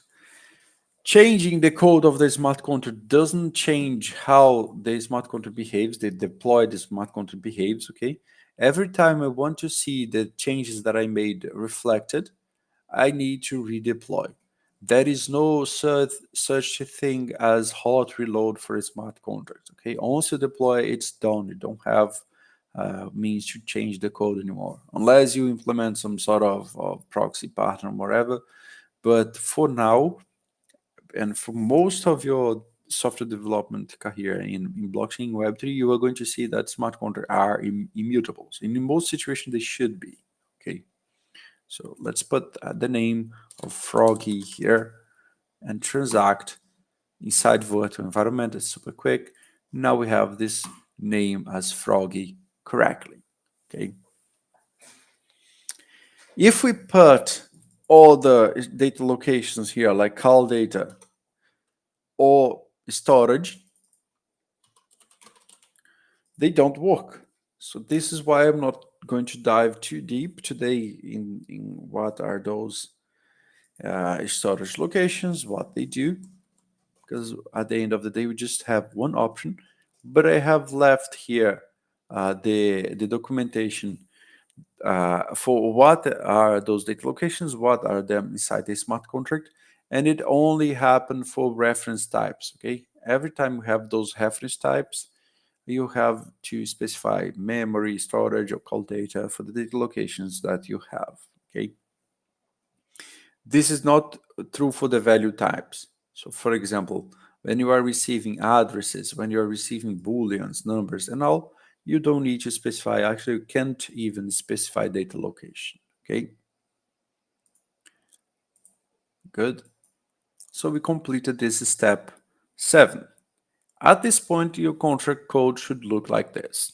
Okay, underscore after. Yeah, I put an underscore after here for some reason, but I would advise to put this underscore before. Okay, it doesn't matter. Putting after or putting before, the code works the same way. Just by naming conversions, I would put it before. Okay, and then step number 8 and 9, I did it a while ago. While I was explaining this process, I connected it to the virtual machine environment at London, and then we deployed this and interacted with this to see how it is working. Okay, if you didn't already, it's a good time. You just copy this code, compile, and deploy inside the virtual machine environment.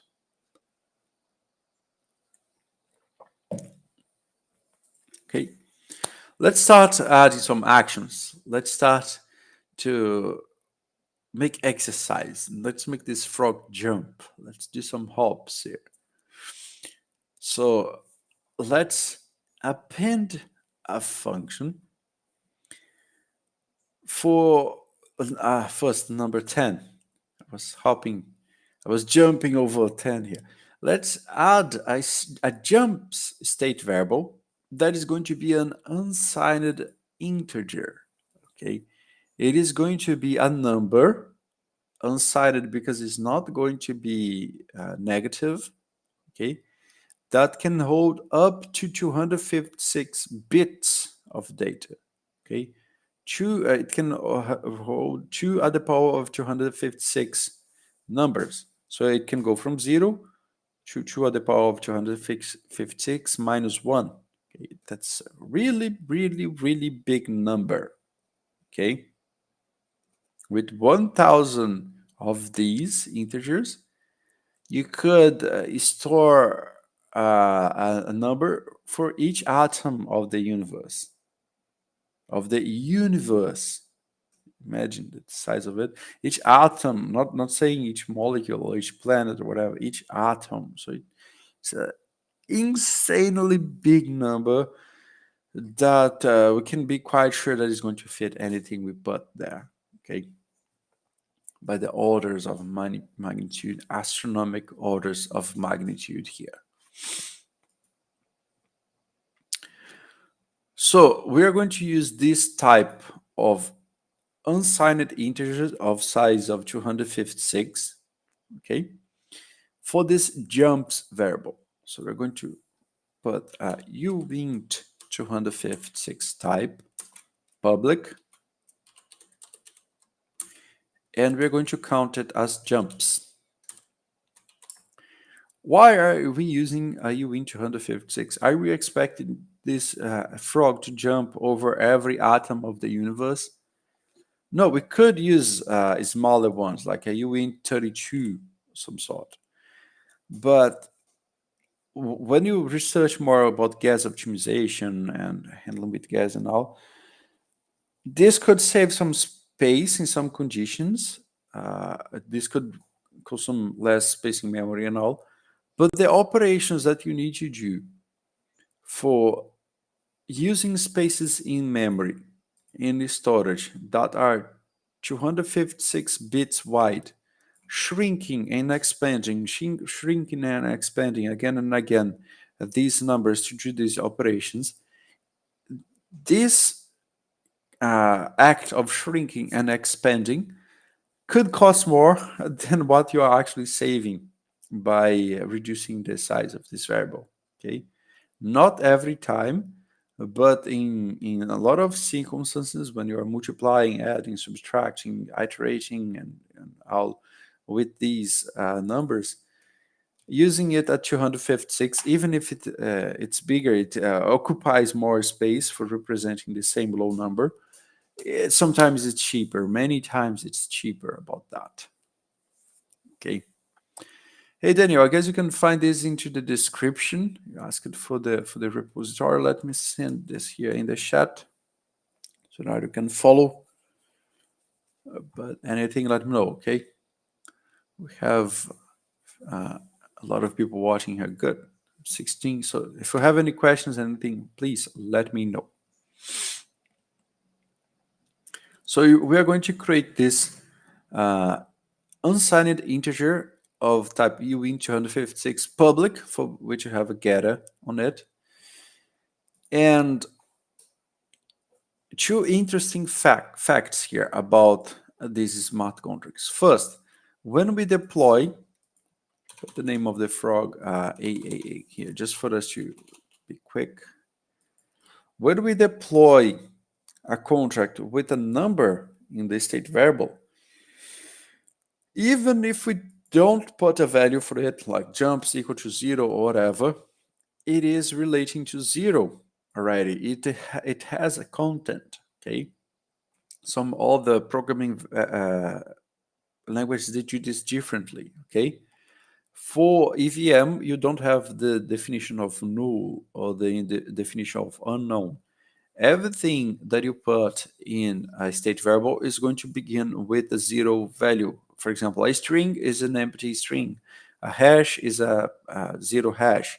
An address is 0 address. A number is going to be the number 0. So even if we did not write anything there, the jumps is 0. The number of jumps is 0 there, okay?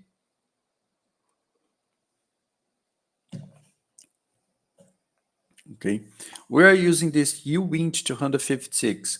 First, u because it's unsigned. If I put like int 256, we are going to have negative values here. We are going to allow for negative values, but a frog cannot unjump. Even if it jumps back, it is one jump. There is no way to reduce the count of jumps of a frog. Every time it jumps, you increase by 1, right? By definition. So this is why we are not going to waste space with the negative part. I'm going to just use positive parts here by using the unsigned version of the integer, uint, unsigned version. And it's 256 because it can hold up to 2 at the power of 256, not at the power of 2 at the power of 256 minus 1. So I could let this frog jump the whole galaxy again and again for every planet back and forth for millennia, and still I wouldn't be able to account every single jump, okay, for that frog. It's a very, very, very big number, so that I don't run out of numbers here for account for the frog jumps, okay? To visualize that, imagine I was counting the jumps in my hands. I can only count to 10 or to 12, depending on how you do it. the technique you do. If you count the joints, but 16, I guess it goes. No, yes, 12 actually in each hand, and you can do 24 if you do both. So I can only count to 10, I can only count to 12, I can only count to 24, depending on how I use my hands to count. But that's it. Even if I count the joints and I use both hands, I could only count up to 24 jumps. What if the frog jumps for the 25th time? I would need to invent all the ways to count. I can't do that with my hands. So it is really difficult to keep track of big numbers if you can only count to that much. For example, using uint 8, that is very limited. You can only go up to 256, 255 actually. And if the frog jumps more than that, you can't count anymore. Okay. So using 256 gives me a very, very high ceiling here for the number of jumps. And also, we are marking it as public, so we can easily get the value from outside. Okay, not set. Okay, we don't have a setter. Marking a variable as public, it doesn't allow me to change the value of it. Okay, we are marking it as public so that we can get the value of it more easily. Okay, without inspecting the storage and all. Okay, so this is why we are using it public there. And Daniel, we are using the virtual environment here from Remix. I'm connected to London version of this VM, okay? So we have those pre-funded accounts. So we don't need to sign every transaction. So we don't need to search for testnet either and all. Sorry about this. So we don't need to go fetching testnet either and now from faucets. We can just quickly interact with the smart contracts here, okay? That's the idea. So now we have, when we deploy, we have a name and number of jumps. The number of jumps is 0, even though we did not set it as 0, because that's the initial value for any state variables in Solidity, in the EVM actually, even in other programming languages. Okay. So now let's implement a function. A function that is going to alter, similar to the construction function, but now it is callable. I can call it after deployment. That is going to alter the way that this is going to do a computation. It's going to alter the way that the contract is stored in the storage. We are going to follow the language grammar for that, because declaring a function requires a lot of different steps. Okay, whenever we go for the language grammar, I briefly demonstrated that a while ago. You have those charts. For example, doing a contract definition. This is the flow chart for picking every part of a contract definition. Okay, we are going to put a function here, function definition, following this flow. Function, identifier, parameter list, visibility, state mutability, modify invocation, whether it's virtual or not, specify overriders, say what it is returned, pick the parameter list, the data location of the parameters, the code block, print it, sign in 3 forms, send it by email, have Vitalik to stamp it, and then we deploy, right? I'm kidding here, but it seems like a long process. A long bureaucratic process for just defining a function. And yes, it is a lot of steps, but we are going to understand why we have this kind of options. What are the repercussions of each of those options? Okay. So we're going to do a function like this, function jump here. Okay, by picking a visibility of public and I state mutability of non-payable. Okay, I'm going to show these here for you in the grammar. We're going to have 4 options for visibility. Public and external are very similar. Public is the one that we have been using so far, that we can access from outside of the smart contract. And it also allows us to access it from inside the smart contract. So for example, here we have name that we can call from outside and we can set from the inside. Okay. For functions, we have a possible definition of also external that deny calling this function from inside the same smart contract. You can only call it from the outside. You can't call this function from another function or from another part of this smart contract.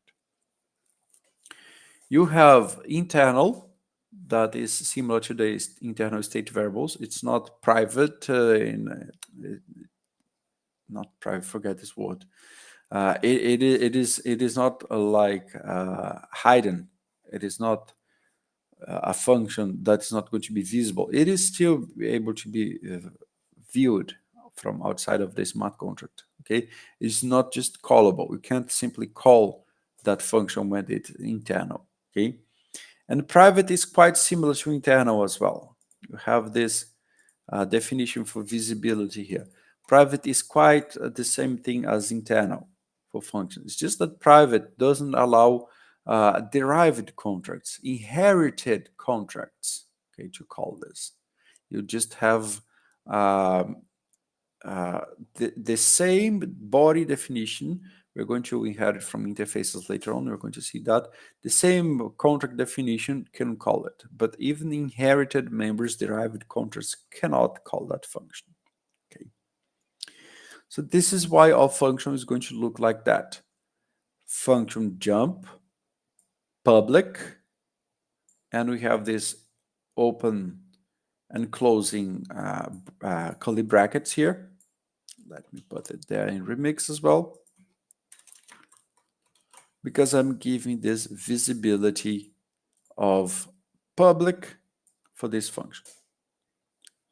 This would work with external as well. If you want to try it out on your site with external, it works perfectly as well for this smart contract that we're going to need. But for now, let's remain with public. Avoid unnecessary complications, okay? And as for state mutability, whenever we are defining the state mutability of a function, we have 4 options, okay? I know we have just 3 here in this chart, but one of these is default, that is non-payable. We don't have a default visibility for functions, but for state mutability we have that is non-payable, okay? That means that I cannot pay for that function. Later on, we're going to see that there is a function called Payable that allows me to pay, allows me really to actually send money to the contract through this function. There are 2 other functions that are free to call. Yay, free things, right? No, not free because we still need RPC connection and all, but it's free in the blockchain. Anyone can call a view function for free to inspect the value that is going to come out of it. And anyone can call a pure function for free as well. They don't cost gas to run when the call is directly to those functions. The view function can view the information in the blockchain to return something for me like a balance, like a counter or whatever. And the pure function cannot access the state of the blockchain. It's just going to return some fixed thing like a constant or a multiplication or an operation on the parameters that you provide to it. Okay, so they are completely free to call. Don't even pay for the transaction costs. Okay, when I call these functions from another call, like I call a view or pure function from another function, then I would pay. Okay, then from a non-payable or payable function.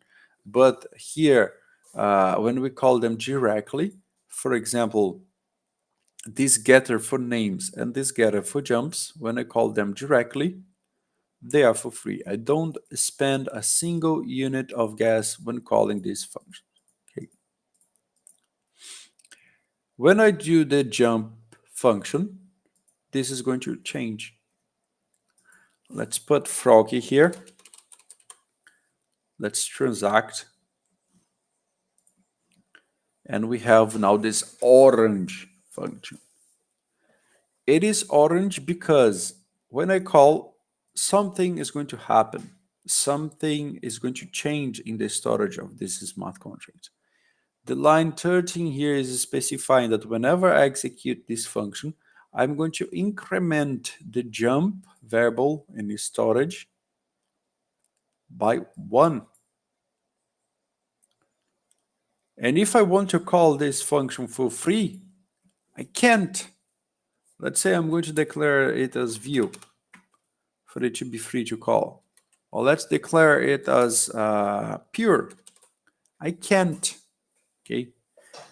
There is no way to make a state change to happen in the blockchain without paying for the transaction. Okay. So even if I attach the word view or pure to a function, I still cannot make it work for free. Okay. In this situation, it's only going to work if it is payable or non-payable, if it is a state changing call. And when I call jump, I'm going to select this account number 1, okay, and it has 99.9999 ETH, okay, to call this function jump. And now if I inspect the value of jumps, it's increased by 1. And if I click in it 3 times, 1, 2, 3, now it increased by 3.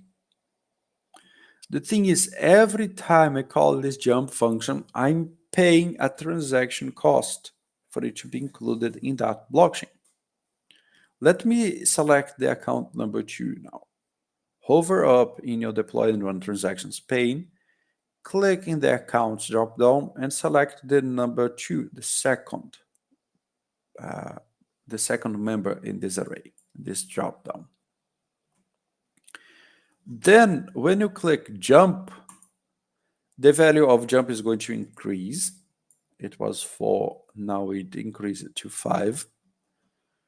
And the number of ether that this account 2 had decreased. See? I'm going to pick account 3 and I'm going to call jumps and name to see the value of jumps and name, jumps and name. I still have 100 ether, you see? It's for free for me to call. But if I call the jump, I need to pay a little. I paid a bit of gas. Okay. So if I pay a little gas, why they named it non-payable? This is a common confusion. I'm paying. Why is it named non-payable if I'm paying?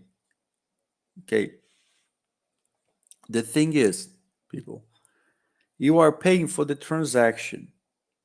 You are not paying for the function itself. The function, it is still free to call. I did not pay for this smart contract. If we look at this little number here of balance, look, balance here of that smart contract, the balance of the smart contract is still 0. So if I pay the little gas here in this transaction, I paid to the validator or to the miner, to whomever included this transaction in the blockchain for me, okay? I did not pay for the function. This is why it's called non-payable. Okay, it is not because it's free to call. It is because we don't pay for the smart contract. We don't pay for the function that we are calling. Okay. Hope that this confusion was sorted. This is just how the devs choose to name variables. Not always as perfect as we would desire. Okay. And now we have this frog that jumped 6 times. What happens if I deploy the frog jump again? I'm going to deploy this smart contract again with another frog named, don't know, Bob. Could be a good name for a frog. frog named Robert that goes by the name of Bob. So we have this froggy that made 6 jumps, and now we have Bob that made 0 jumps. The same code of this smart contract can give birth, can be used to deploy different instances of the same smart contract. And when one of these frogs jump, Bob has 2 jumps, Frog still has just 6 jumps. They can behave independently in different smart contracts. Okay, let's do another one named N, frog named N, and then we have N frog named a frog named N that has 0, and I can make it jump a lot, 20, 30 times or so. And then I have, 20, exactly, by luck. Then I have it there. Okay. Good, Daniel. You sorted it out. So, for example, if you click in transact this deploy, or if you click in deploy here 3 times with different names, you should have 3 different instances of different frogs with different names with different jump counts between them. Okay. Now I can picture 3 frogs happily hopping back and forth in a pond here in this lesson. Okay, we are 2 hours deep, and we are already playing with frogs on chain. Okay, good. Try it out on your side as well. See if you can have this behavior happening on your side. Okay, these are 3 different instances. Every time I deploy a new smart contract, it's going to be deployed to a new address with a new storage location, with a new database sort of thing that can store the name and the amount of jumps that these frogs have made.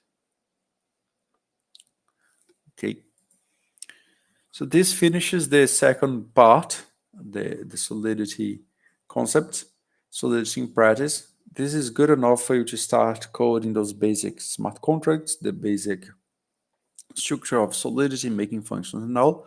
For this lesson, I wanted to introduce you for some advanced concepts that are going to be needed for us to deploy a token on Linea later on, okay? Because we're going to pick a contracts template that is going to have inheritance, that is going to do some math, okay? And we're going to stop here. So it's going to be 40 minutes or 35 minutes or so for the advanced concepts, and then 20 minutes or so for us to use these tokens. And you can even deploy in mainnet, start making some meme coin, I don't know. You can start generating traction on this. But before we get there, let's understand some of these concepts, okay? I see some people hopping back and forth from the stream.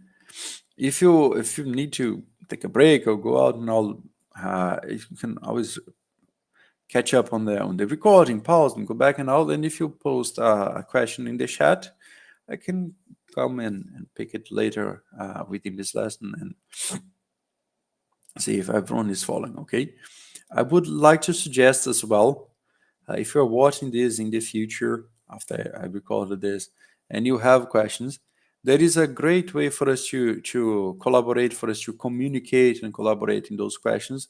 That is opening issues. Okay, so you can pick a line, you can pick a specific topic, you can pick some, for example, pick the README file, open it for viewing, for the code of it. Pick this code pane, and you can pick a line that you did not understand. I did not understand how to use the file explorer. So you can pick this line, okay, and you can reference this line in a new issue. So if you took a break, or if you are watching this in the future, you can communicate with me through GitHub if you want.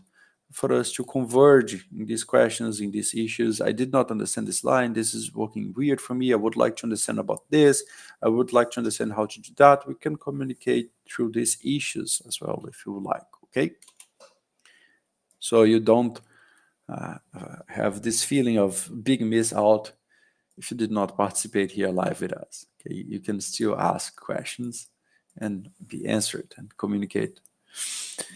So we are going to create an interface for iFrog and iJumper. Because in this structure of this smart contract, we are implementing two behaviors that could be implemented separately.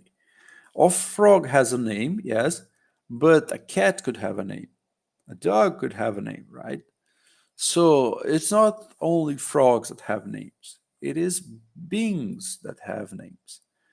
So here I'm going to separate this in iFrog that has a name and jumps, and iJumpers that have the ability to jump, the function to jump, okay? You could do like an iNamed that have name and then iFrog. Let me code that just to demonstrate. It would put those interfaces here, and you could have an interface iNamed that would have just the name, and you could say that iFrog is iNamed. This kind of thing is possible, okay, in Solidity. You pick the property of name and import it for frog. The frog is in iNamed, but also define jumps and an iJumper and all. But I wanted to simplify this for this lesson, because you are not going to implement iNamed or whatever in all the instances. So this amount of code is good, okay? We are creating those interfaces because they are not going to have code or implementation or whatever. They are just going to conform the smart contracts. They are just going to create an interface. They are going to create a mode. They would create a mode for us to connect and get information out of these smart contracts, okay? And they have a specific syntax, what they can or what they cannot do. So this is how we are going to declare those interfaces. Just one interface for iFrog and another interface for iJumper, okay? That iFrog is going to determine that it can have a name, a state variable. Interfaces cannot have state variables in themselves. They would need to have functions, but these are the getter functions, the view functions that we get from the getters for those state variables. So we have this function for name and for jumps. And iJumper, that is the one function jump that we have here. The only thing that is a little weird here is that we are defining those interfaces external, whereas in our contract we are defining it as public. But this is something that we cannot argue. We don't need to wrap our heads to understand it now, because it is the only option we have. They can only have external. The only visibility that they have is external. Cannot have any function implemented, and all of the functions must be external. So if we don't have options, it's easy to deal with that. If I put it public, it doesn't work. If I put internal, even worse. Private doesn't work as well. So it is only working with external. Why should I type it if it only works with external? Because of the Solidity philosophy, for it to be explicit, for it to be granted that you are aware that this is an external function that can be externally called. Okay. And now we are going to attach this function iFrog and iJumper to our smart contract by saying that frog jump is iFrog, and at the same time it is iJumper. I'm conforming this frog jump smart contract to this. It means that whatever I put into the interfaces should be implemented correctly inside this smart contract. For example, instead of calling jump, if I call it hop, we have this problem because the contract is implementing the function jump, but I defined the interface hop. Okay. So the first usability that we're going to have for interfaces is like conformity, is that conformity. The first goal here is that I'm going to make sure that the contract that I am implementing this conforms to the specification of iJumper and conforms to the specification of iFrog. Okay, just for conformity. And second, an interface can be used for making an access to a smart contract easier, for accessibility, giving accessibility features. Let me show that. I'm going to copy the address of my smart contracts here. Okay, let me put this in a comment. This is the address of my smart contract. And I'm going to delete this contract here from this file. I can always undo. And I'm going to clear all the instances here from my deployed smart contracts. Okay. And since I don't have the contract anymore, and I don't have the instances, it would be very difficult for me to interact with those smart contracts, just with the address. Okay. Fabio, please let me know what I can do for you to explain better, or I can try and phrase in different ways, okay, or different explanations. So I just copied here the interfaces, these parts of the code, and now I'm explaining about the accessibility part, okay? Daniel, you asked this, what's the purpose of this? So first is conformity. I want to conform the smart contract to that interface. And second, I want to access this address now. If I deploy a smart contract now, I'm going to have a new address. But the problem is I don't even have the smart contract. I just have the interfaces, iFrog and iJumper now. If I try to deploy, it doesn't work. It's all broken. Oh my. Here, for example, when I try to deploy, we have this alert that the contract is abstract. It's all broken. What happened? So this is the thing, people. Interfaces we don't deploy. We are going to attach this interface to this address. I'm going to copy this address here, and I'm going to paste it in this blue box here, add address. And we are going to attach this interface iJumper to this address. And I'm going to attach the other interface iFrog to the same address. Clicking this blue box here. When I do this, instead of deploying a new smart contract again, I'm going to read. Look, I have those two members there. I'm going to read and write to those addresses using this interface. Now I can easily access this address and access the functions that are defined there. For example, the function name, that this is the froggy, the amount of jumps, 6, and I can even ask it to jump using this interface, even if I don't have the code. Look, jumps is now 7. Now, just with an interface, with a broad description that's going to create the ABI, application binary interface of that smart contract, now I can interact with it even without the code of it. See, this is possible with interfaces. And I could even attach a wrong interface. Let me show that for you. I could create an interface here. Let me do. Okay, let me do this at the bottom. Later, I'm going to delete. Okay, an interface called wrong.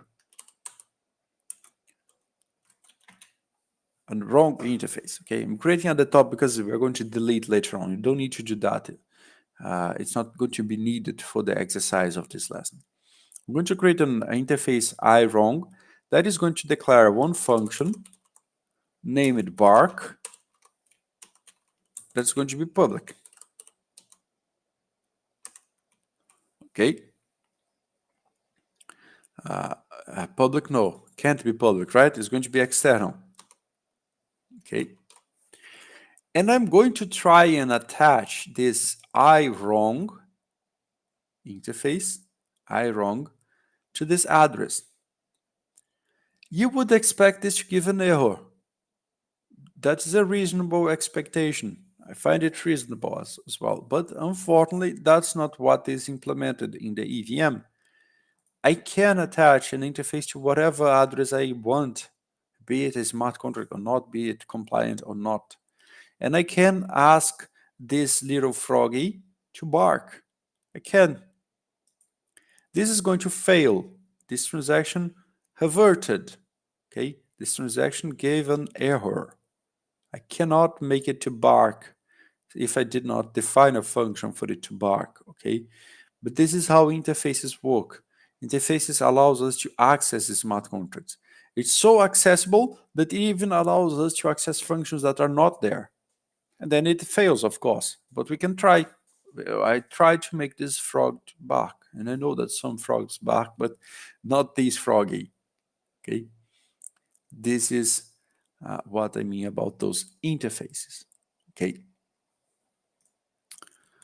Fabio, let me know if that's clearer for you now. If everyone is following, if you have problems, please let me know. Okay.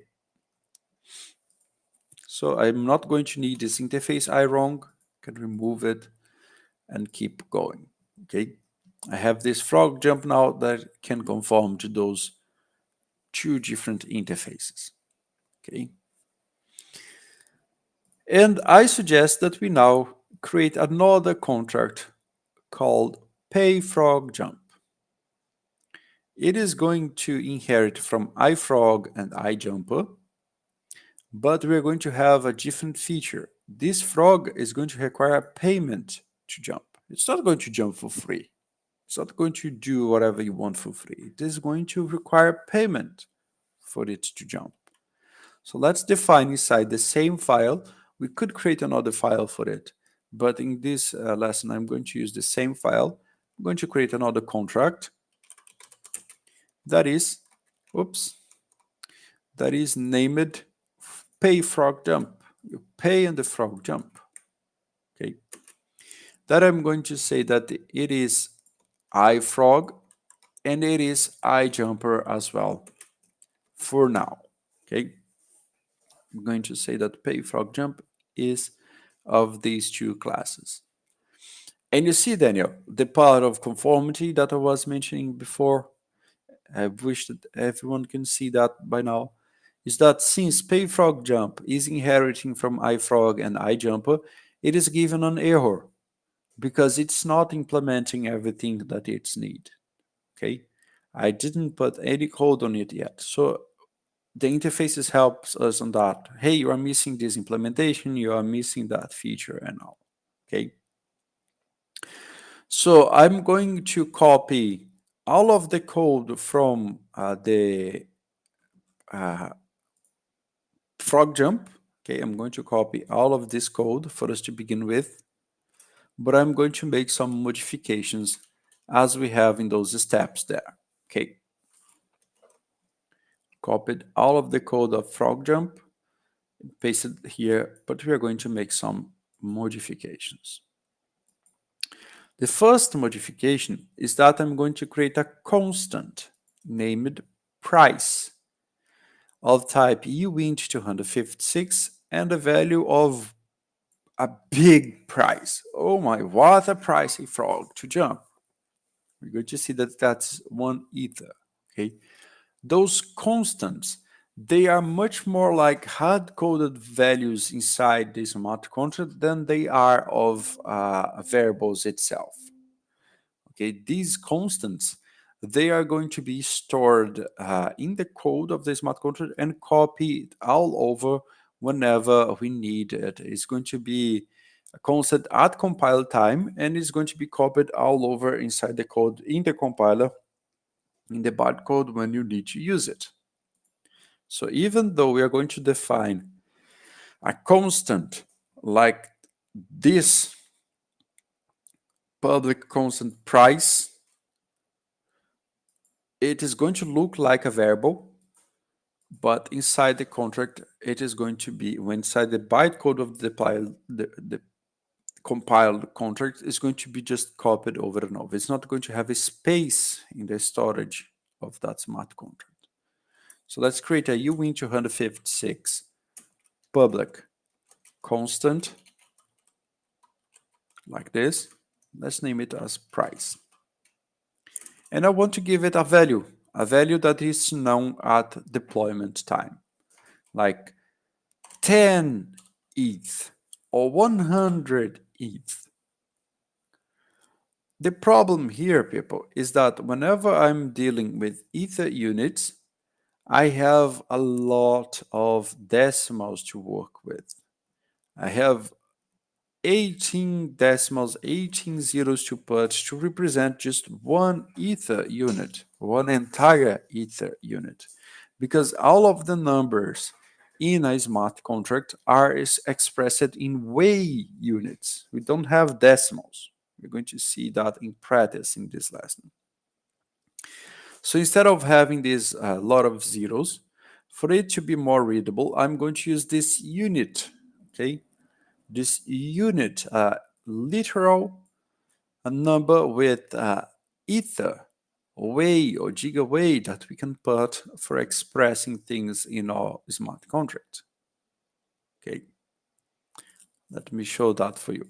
I'm going to put the price as 1 ether. Okay. Before we move for number 4, let me show what this price constant looks like. Okay. Let me deploy this pay-frog-jump smart contract. Since we have 2 contracts in the same file, we are going to need to select it from this dropdown, from this contract dropdown. Okay, so you're going to pick the pay-frog-jump contract here from this dropdown, and then you are going to deploy the same way that you would deploy with the frog jump by passing a name. A frog named Matt, put it that way. And then now we have this price button here. This constant variable, it receives a getter, okay? It is still not consuming space in the storage of this smart contract, but it gets a getter. That now we can get this price. And even if we put the 1 here, this ether is multiplied by 1, and now we have those 18 decimals here. So this is more readable. This is more visible, more easy to handle and to calculate, okay? Now we have 1 ether here being used as price, as a constant price for that smart contract to operate, okay? And with this price, I'm going to use inside the jump function, we are going to make it payable. So later on, I'm going to increment the number of jumps depending of the number of ETH sent to the function and not to the transaction for paying gas, to the function itself, so that the smart contract, the frog, can start collecting money. The frog can be richer than you in real life because of how we are coding it here. Richer than me, definitely. So instead of making the function jump non-payable, that is the default value here, I'm going to mark it as payable with this word. But then we have a problem. Because we conformed this frog to be iJumper, it cannot implement payable just like this. Because when we marked the iJumper, it should be just external, non-payable. This is the idea, people, of inheriting, of attaching, of overriding, of composing smart contracts. Is going to be super important when we understand the ERC20 from OpenZeppelin, that these inheritance, they have nothing to do with the on-chain deployed versions. When I'm inheriting another smart contract, I'm not picking the on-chain version of it and getting the information out. No, this inheritance is all about helping you, developer, to know what you are doing right and what you are doing wrong when you are importing. So for example, here this iJumper is defining that this jump function should not be payable, should be non-payable. If we want to make it work, we need to create another interface called iPayableJumper. Okay, this interface, it is going to be similar to iJumper, but it's going to set the jump function as payable. Okay, like this, iPayableJumper. Okay, let me copy this. Let me put it there. iPayableJumper. So instead of having iJumper attached there, we're going to have this iPayableJumper. That now the jump function defined by this other interface, this interface at line 27, is conforming to what I want to do inside this contract with the jump function as payable. You see? This happens very frequently when you are importing all the smart contracts, overriding the correct functions, doing the right necessary changes for it to work. Okay. But instead of just incrementing the jump here when I call, I'm going to do some math. Okay. I'm going to make a function that is going to calculate the number of jumps based in the amount of ether sent. And we are going to do like this. We are going to divide the amount of ethers sent, this MSG value, by the price. This is a transaction property. This MSG value is a transaction property that every transaction inside an Ethereum virtual machine is going to have this information there. The block number, this chain ID, the MSG sender, the MSG value, it's all going to be included there, okay? You have these variables for you to call. But here, we are using this MSG value as not entirely on itself. It is a part of a function that we are going to divide MSG value by the price. And we're going to see that this is very problematic. Okay. We're going to do this. We're going to divide the value by the price. I have placed here the recommendations on how to do that properly. Okay. How to put a requirement for the number to be exactly what you want, a multiple of the price, and now to solve this problem that we're going to see. But first, let's see this problem happening in practice. Okay, I'm going to ask you to test something. Let's see. We have some 12 followers here. Let's see if you are together with me, because I'm going to test this following process. Okay, we're going to do the 7 and 8 here. Okay, we're going to compile and deploy the PayFrog jump and test it in a virtual machine by sending some numbers to it.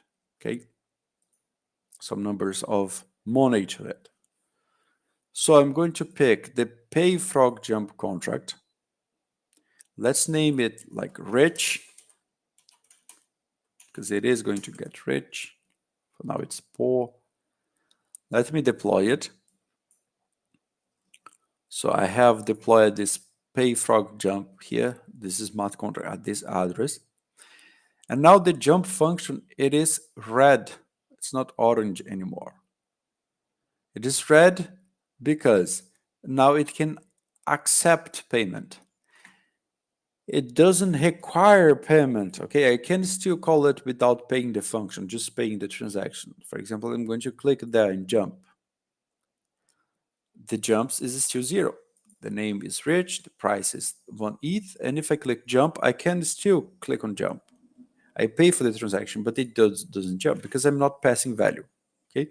0 divided by price is 0, so the jump doesn't increase. If I come up here in the value tab, if I send to it some ether, I select ether here in the dropdown. And if I send a value of 2 ether, place a value here, 2, 5, whatever you prefer here. And if I call this jump function now with this value, we see now that the frog has 2 ETH in it. The balance of this payFrog jump contract is now 2 ETH. And the number of jumps is 2. Receive it 2 ETH, jump it twice. I wish people would pay me for jumping like this. I would be rich before I get tired. Yes, I'm very sedentary.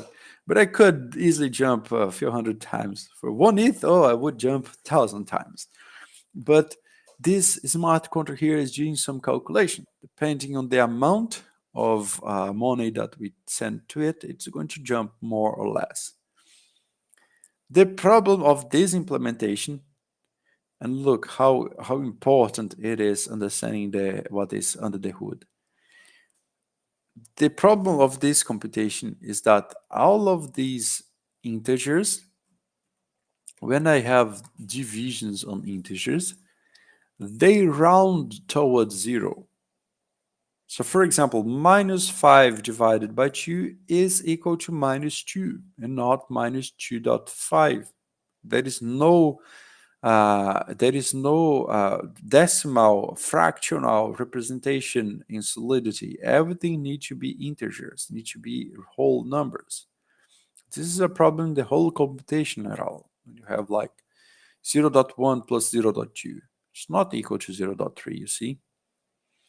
So this implementation, if I send that number, for example, let me send 1.5 ether, for example, 1500000 way. Let's see what happens. This frog has jumped twice, 2 jumps there. Now I'm going to send way with this value, 1, 5, and then 17 zeros, 1.5 ether. Let me ask it to jump. Now look, the balance of the contract increased by 3.5, by 1.5 is now 3.5, but the lazy frog just jumped twice. It didn't give me the change. Come on, frog, do a little jump, a half a jump, something like this, just to account for the money that you received, but no. And even worse, if I send 0.999999999 ether, almost 1 ether, just off by 1 way, I'm going to send this in the jump function and ask, hey frog, jump. The frog pocketed all of this ETH. Let me try again. And again. So this frog pocketed almost 3 ETH from me, and it didn't jump anymore. It is there. Just look at me, rug pulling me slowly, and I'm sending the ETH, and it's not jumping. Because it is being rounded down. This is a problem of divisions in the EVM, okay? Whenever you have prices there, try to make it multiples. Like I want to make it jump 3 times, and then I require that the payment is correctly. Otherwise, I would have this kind of behavior, okay? This kind of problem happen, okay? So this finishes the concept that I need to explain. We're going to deploy this full Linea now. We're going to play with these frogs. I'm going to ask you to deploy as well. This is the interactive part of this lesson. I'm going to ask you to deploy, and we are going to see who can jump more, or who can interact more with our frogs, making the frogs from each other to jump. Okay. Froggy, why you do this to us? Please jump. So we are going to change the price to 0.001. Okay, you could try with a lower price as well, just for us to save testnet ether. Okay, we're going to change the price for 0.001 ether. Okay, it works. Let me show that. Whatever. Let me show that on virtual machine before. Pick the wrong contract.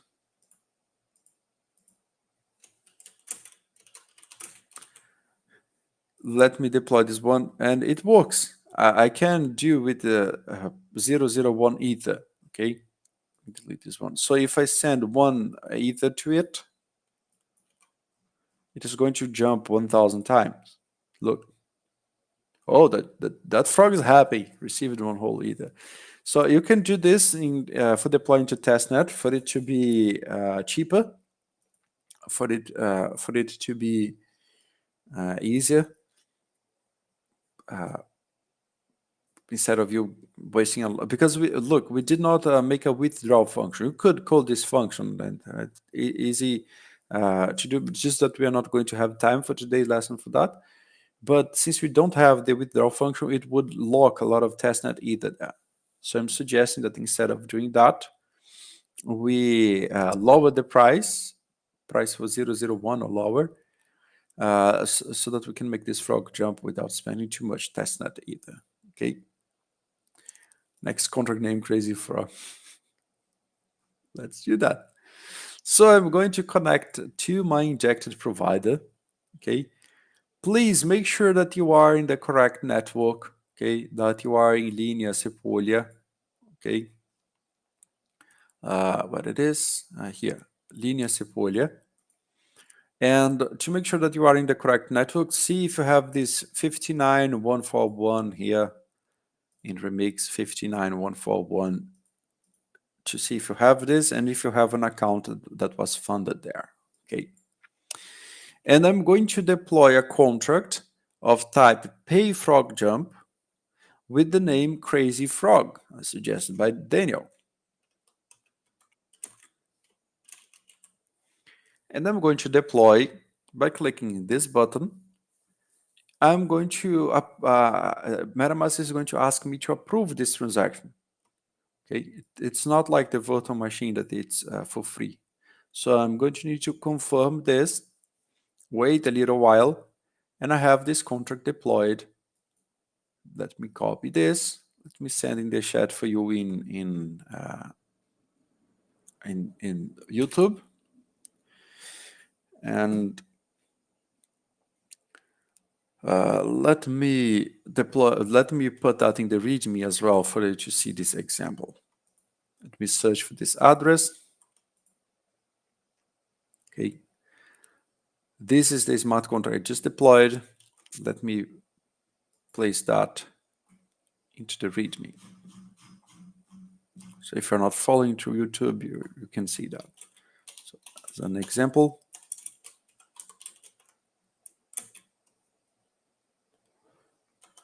this is the Crazy Frog implementation. Actually, It is a payfrog jump implementation. Name it crazy frog, right? So let me save this.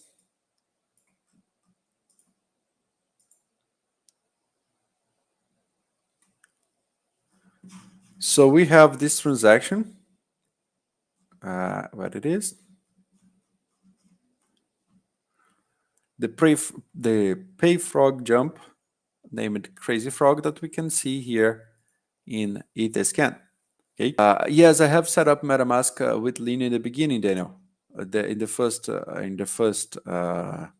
bullet points. Okay, to find them there. It's quite simple. You just need to pick your testnet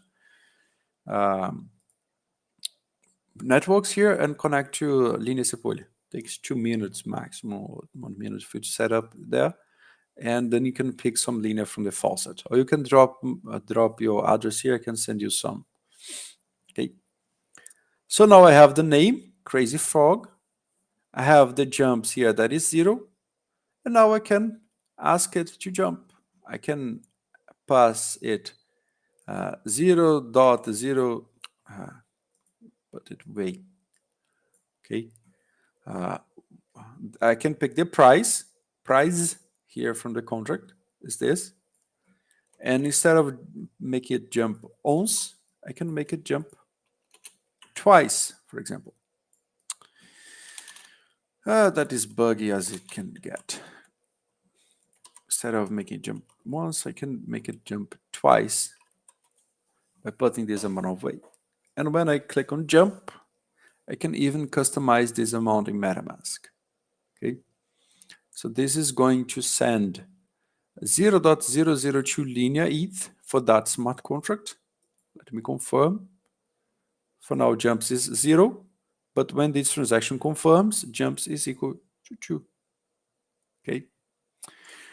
So I want to play with your frogs. Please give me the address of your frogs. You can paste here into the chat. I'm going to use these interfaces to get the name of your frogs, get the jump count, and perhaps even make them jump.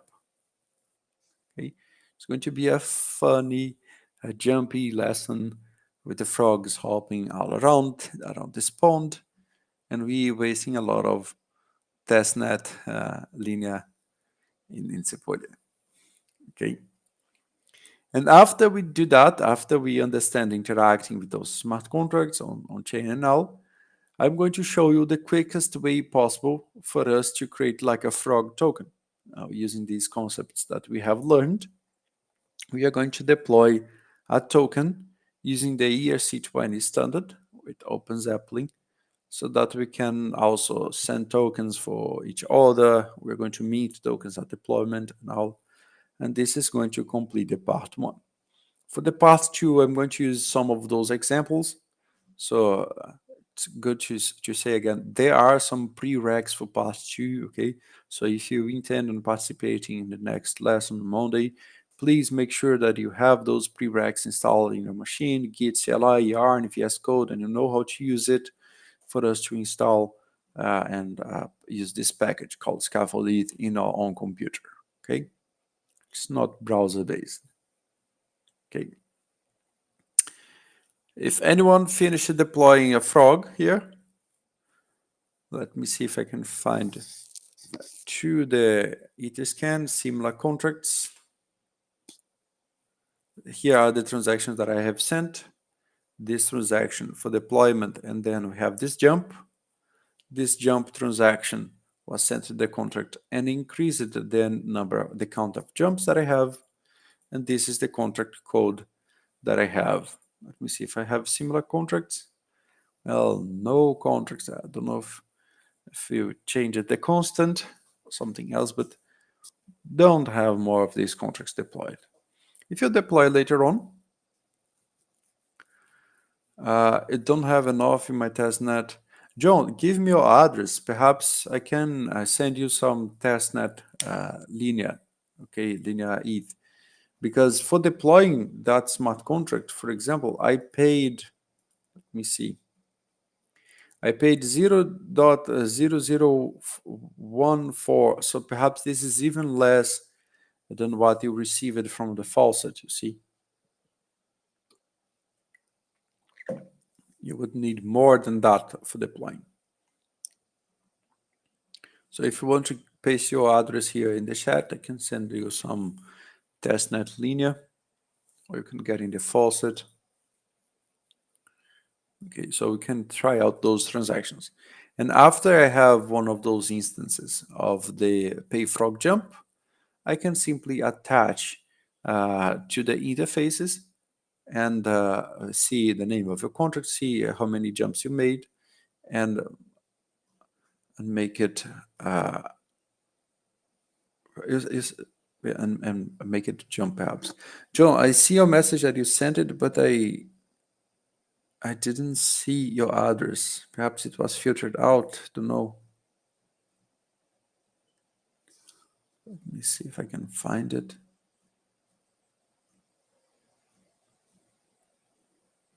Yeah, I guess I can't find it. Yeah, send it here in the chat. I don't know where else you are sending that.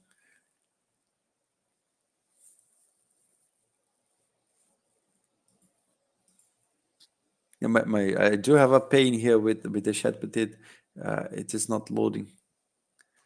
I have this thing here, this problem. Network change was detected, and then it's not loading the chat. But I can manage. I can manage. Don't worry.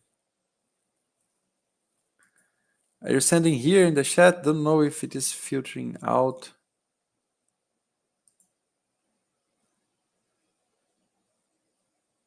Yeah, it gets filtered. Too bad. Yeah. We can try out Emily. Don't know if you're there, but if there is any filter or anything else we can try out. Okay. But okay. That's yeah. The thing is, the exercise here. I'm thinking. One thing we can try. Had some ideas. You can open an issue here. The issues are opening this repository. You can open an issue. Hey, Mateus, here's my address, and then I can pick it there. Okay. And then we can do this exercise. And the next step is going to be using the same tool, the same technique for deploying a token. Okay. So I guess we won't have time for interacting with each other, for making this exercise, this interactable exercise, but it's going to follow the same process, okay? And if you want to send through the issues, I guess I can see. And here in the preview, we go back. Okay,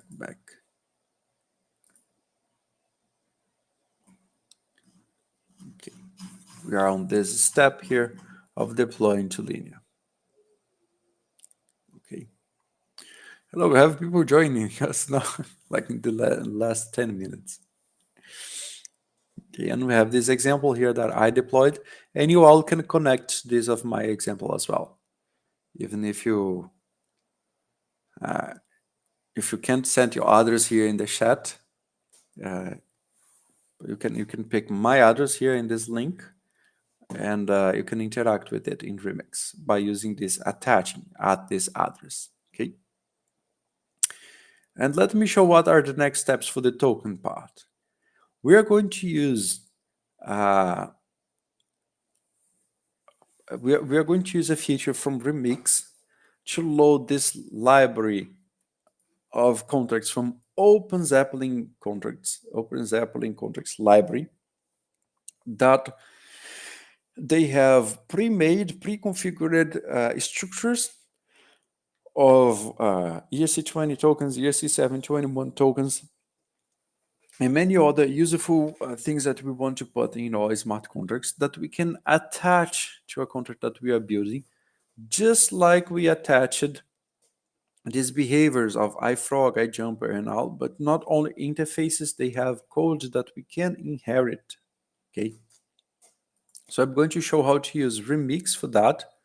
So remember when we were creating the workspace back there like 2 hours and a half ago, that I showed that we have all of those options in creating the workspace. The easiest way for you to create a token here in Remix is just to create a new workspace, but pick a template of OpenZeppelin ERC20.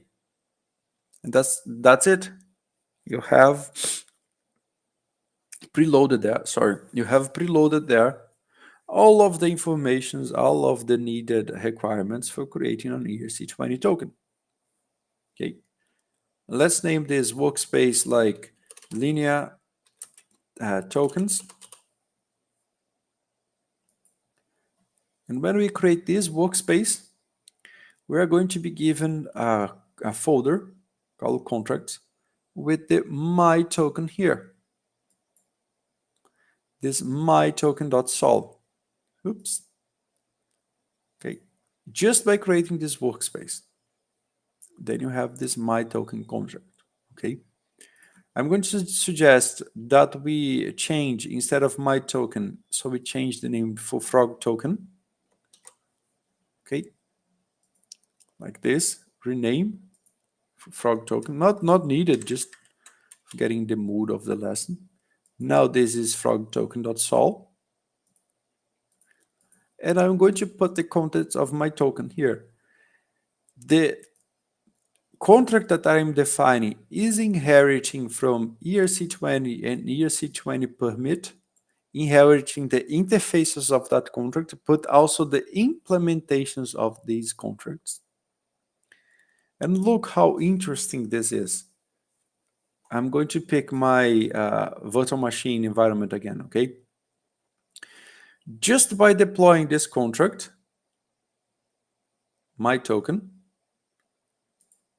okay, let me see why it did not deploy. Deploy. Okay, I'm using Solidity 20 here. I want to use, let me put the 9.19 again. Okay, and I'm going to use this 9.19. What's happening?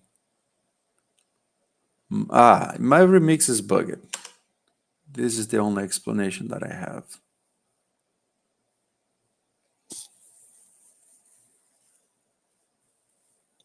I'm going to pick linear tokens, contract on the frog token.sol, 19. What's happening? Why I cannot use it? Of course. Of course. Oh my. Yeah, no, I'm going to use 8.20. Okay, for it to work. Okay, was my bad. And then just let me, you don't need to do that now, people, just showing, just by attaching those members from this library, from OpenZeppelin contracts library, how many lines of code we have in our contract? Just one, line number 8. But if I deploy that to a virtual machine, let me pick the London virtual machine. If I deploy that, something is happening. I just tested that yesterday, literally yesterday. If that doesn't work in the virtual machine, I can try in Testnet anyway. That's going to work. Yeah, my remix is all crazy. So what I was trying to demonstrate, people, is that just by importing those definitions from OpenZeppelin, you are going to have a contract that have all of these features. You're going to have a feature of a name, of a symbol, of a decimals, total supply, balance of, and all of these things that are desired to have inside an ERC20, so that instead of implementing all of it from scratch, creating a compliant version of your smart contract from scratch, that would take quite a while. We can do this in 5 minutes if Remix decides to behave properly like it was behaving yesterday. Let's see if it's going to compile. 25 if it needs to be compiled. Yeah, it's not behaving. Something odd is happening. Okay, while my remix decides to work, I'm going to present to you this contracts wizard. That is a super handy way for you to use OpenZeppelin to build the smart contract, just like you build your sandwiches at Subway, or just like you pick your favorite order from a similar restaurant. Okay, you can pick the name of your contract. For example, let's deploy a frog token. Set the name to frog token and symbol to frog, like this. We can determine amount of pre-mint, the amount of tokens that are going to be minted for my address at the deployment. For example, let's make the pre-mint, that's going to be the initial supply of this smart contract, for 1,000 tokens, like this. And I'm going to copy this code. I'm going to copy the code from this wizard. This is the exact same code that we have here, just a little version difference. And I'm going to paste it here inside this frog token.sol. Okay. Now I have it compiled. Whenever I deploy this, let me pick my injected provider, Metamask. Whenever I deploy this frog token, push 0 opcode, the same problem that we had. Yeah. I don't know how I did that yesterday, but it was working. Yes, I was using a newer version with the EVM.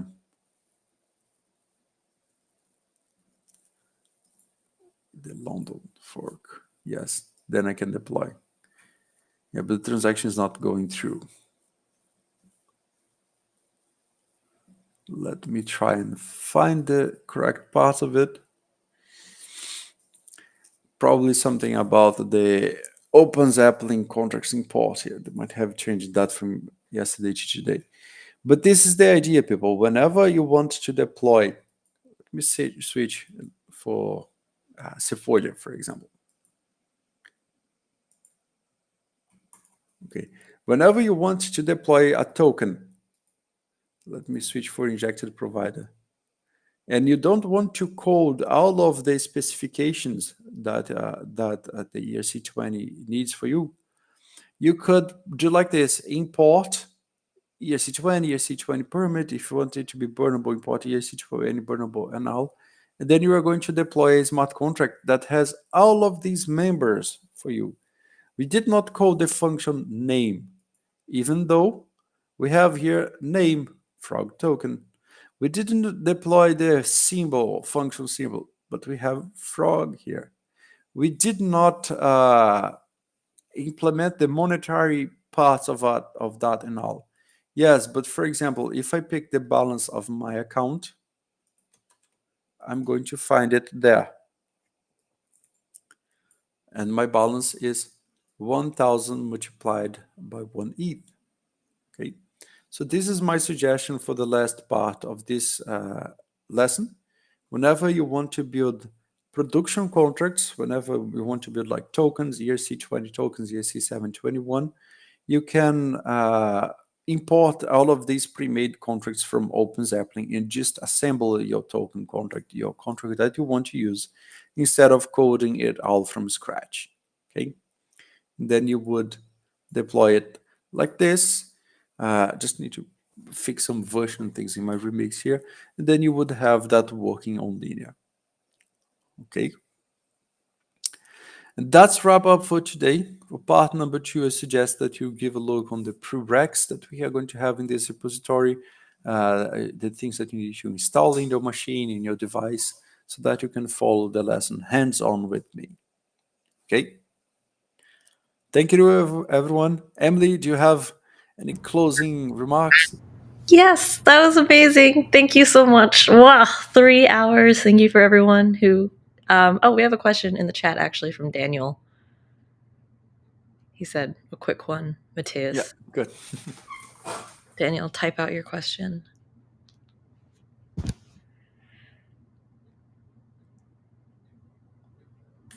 Let me check those issues in the meantime.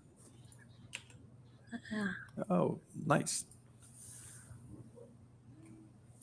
So, for example, we have a frog here deployed. Pick this other workspace.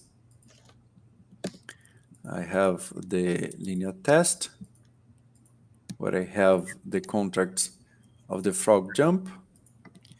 I'm going to compile it with the 0.9, and I'm going to connect to my injected provider. So, John, this is your little frog, right? Your frog is named. What is the name of a frog? I see that you have price of 0, you have 0 jumps, and you did not set a name for your frog, it seems. Okay.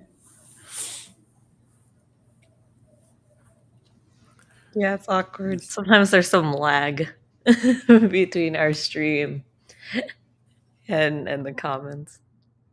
It's not immediate, so Yeah, Daniel, your question is about the injector provider, right? So for the injector provider, you are going to see a pop-up here on your MetaMask, and then it's going to ask you to connect or not. You can deny the connection. Okay, if you connect, it should appear here, and you should pick the correct network. For example, here I'm connected to Sepolia. If I want to do that inside Linea Sepolia, I would change it for here. Okay, then I have this custom network with the injected provider here working. Okay.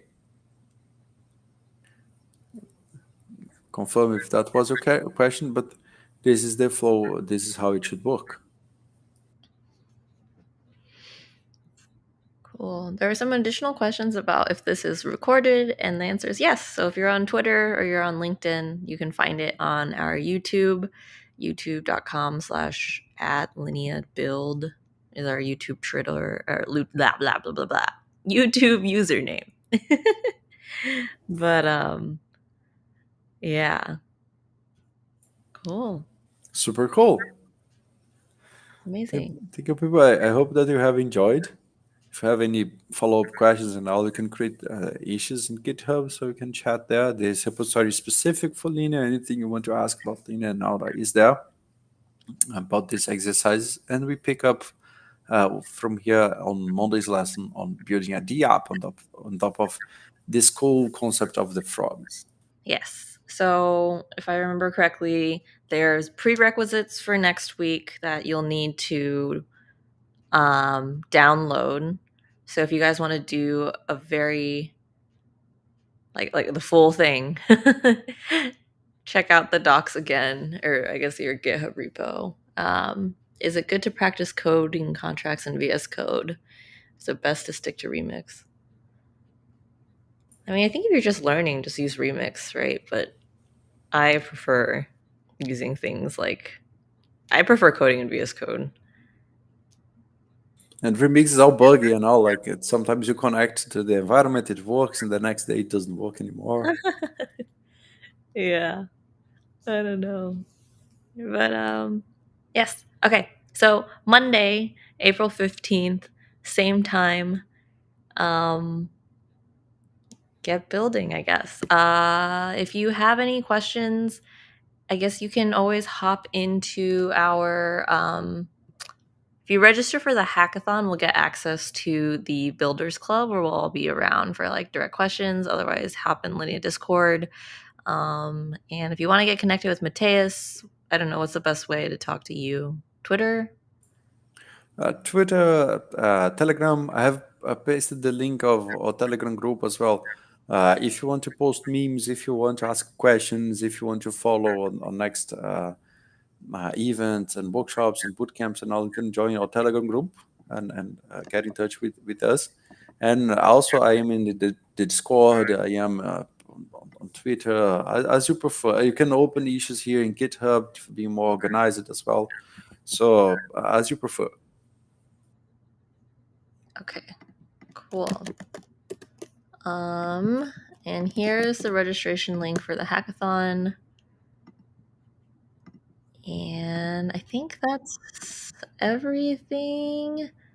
Someone's asking for Discord. So yes, if you go to um our website and then go to Discord, like linea.build, there's a link to the Discord. Let me see if I can find the actual link. Invite link so I can send it. Invite people. Copy. Cool. So this is the Linea Discord if you're interested in joining there. Yeah. And Venture Mind Academy is run by Mateus. So, yeah. Happy to help, and but now everyone need to put what we learned today in practice. Okay, Yeah. let's cook, let's ship cool stuff for Linea, and let's make it happen.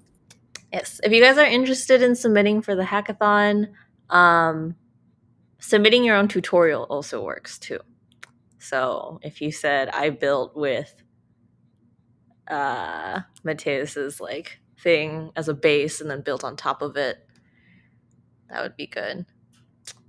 Building zombie contract. Yeah, Crypto Zombies is also a really good resource if you guys are familiar with it at all. But Hey yeah, Emily, what about zombie frogs? I zombie did not frogs. follow. Yeah. um. Okay. Super cool. Super cool. Super cool. Thank you so much for joining, Mateus. Thank you everyone for spending your Saturday with us. And have a good weekend. Okay. Thank you, Emily. Thank you all. Bye.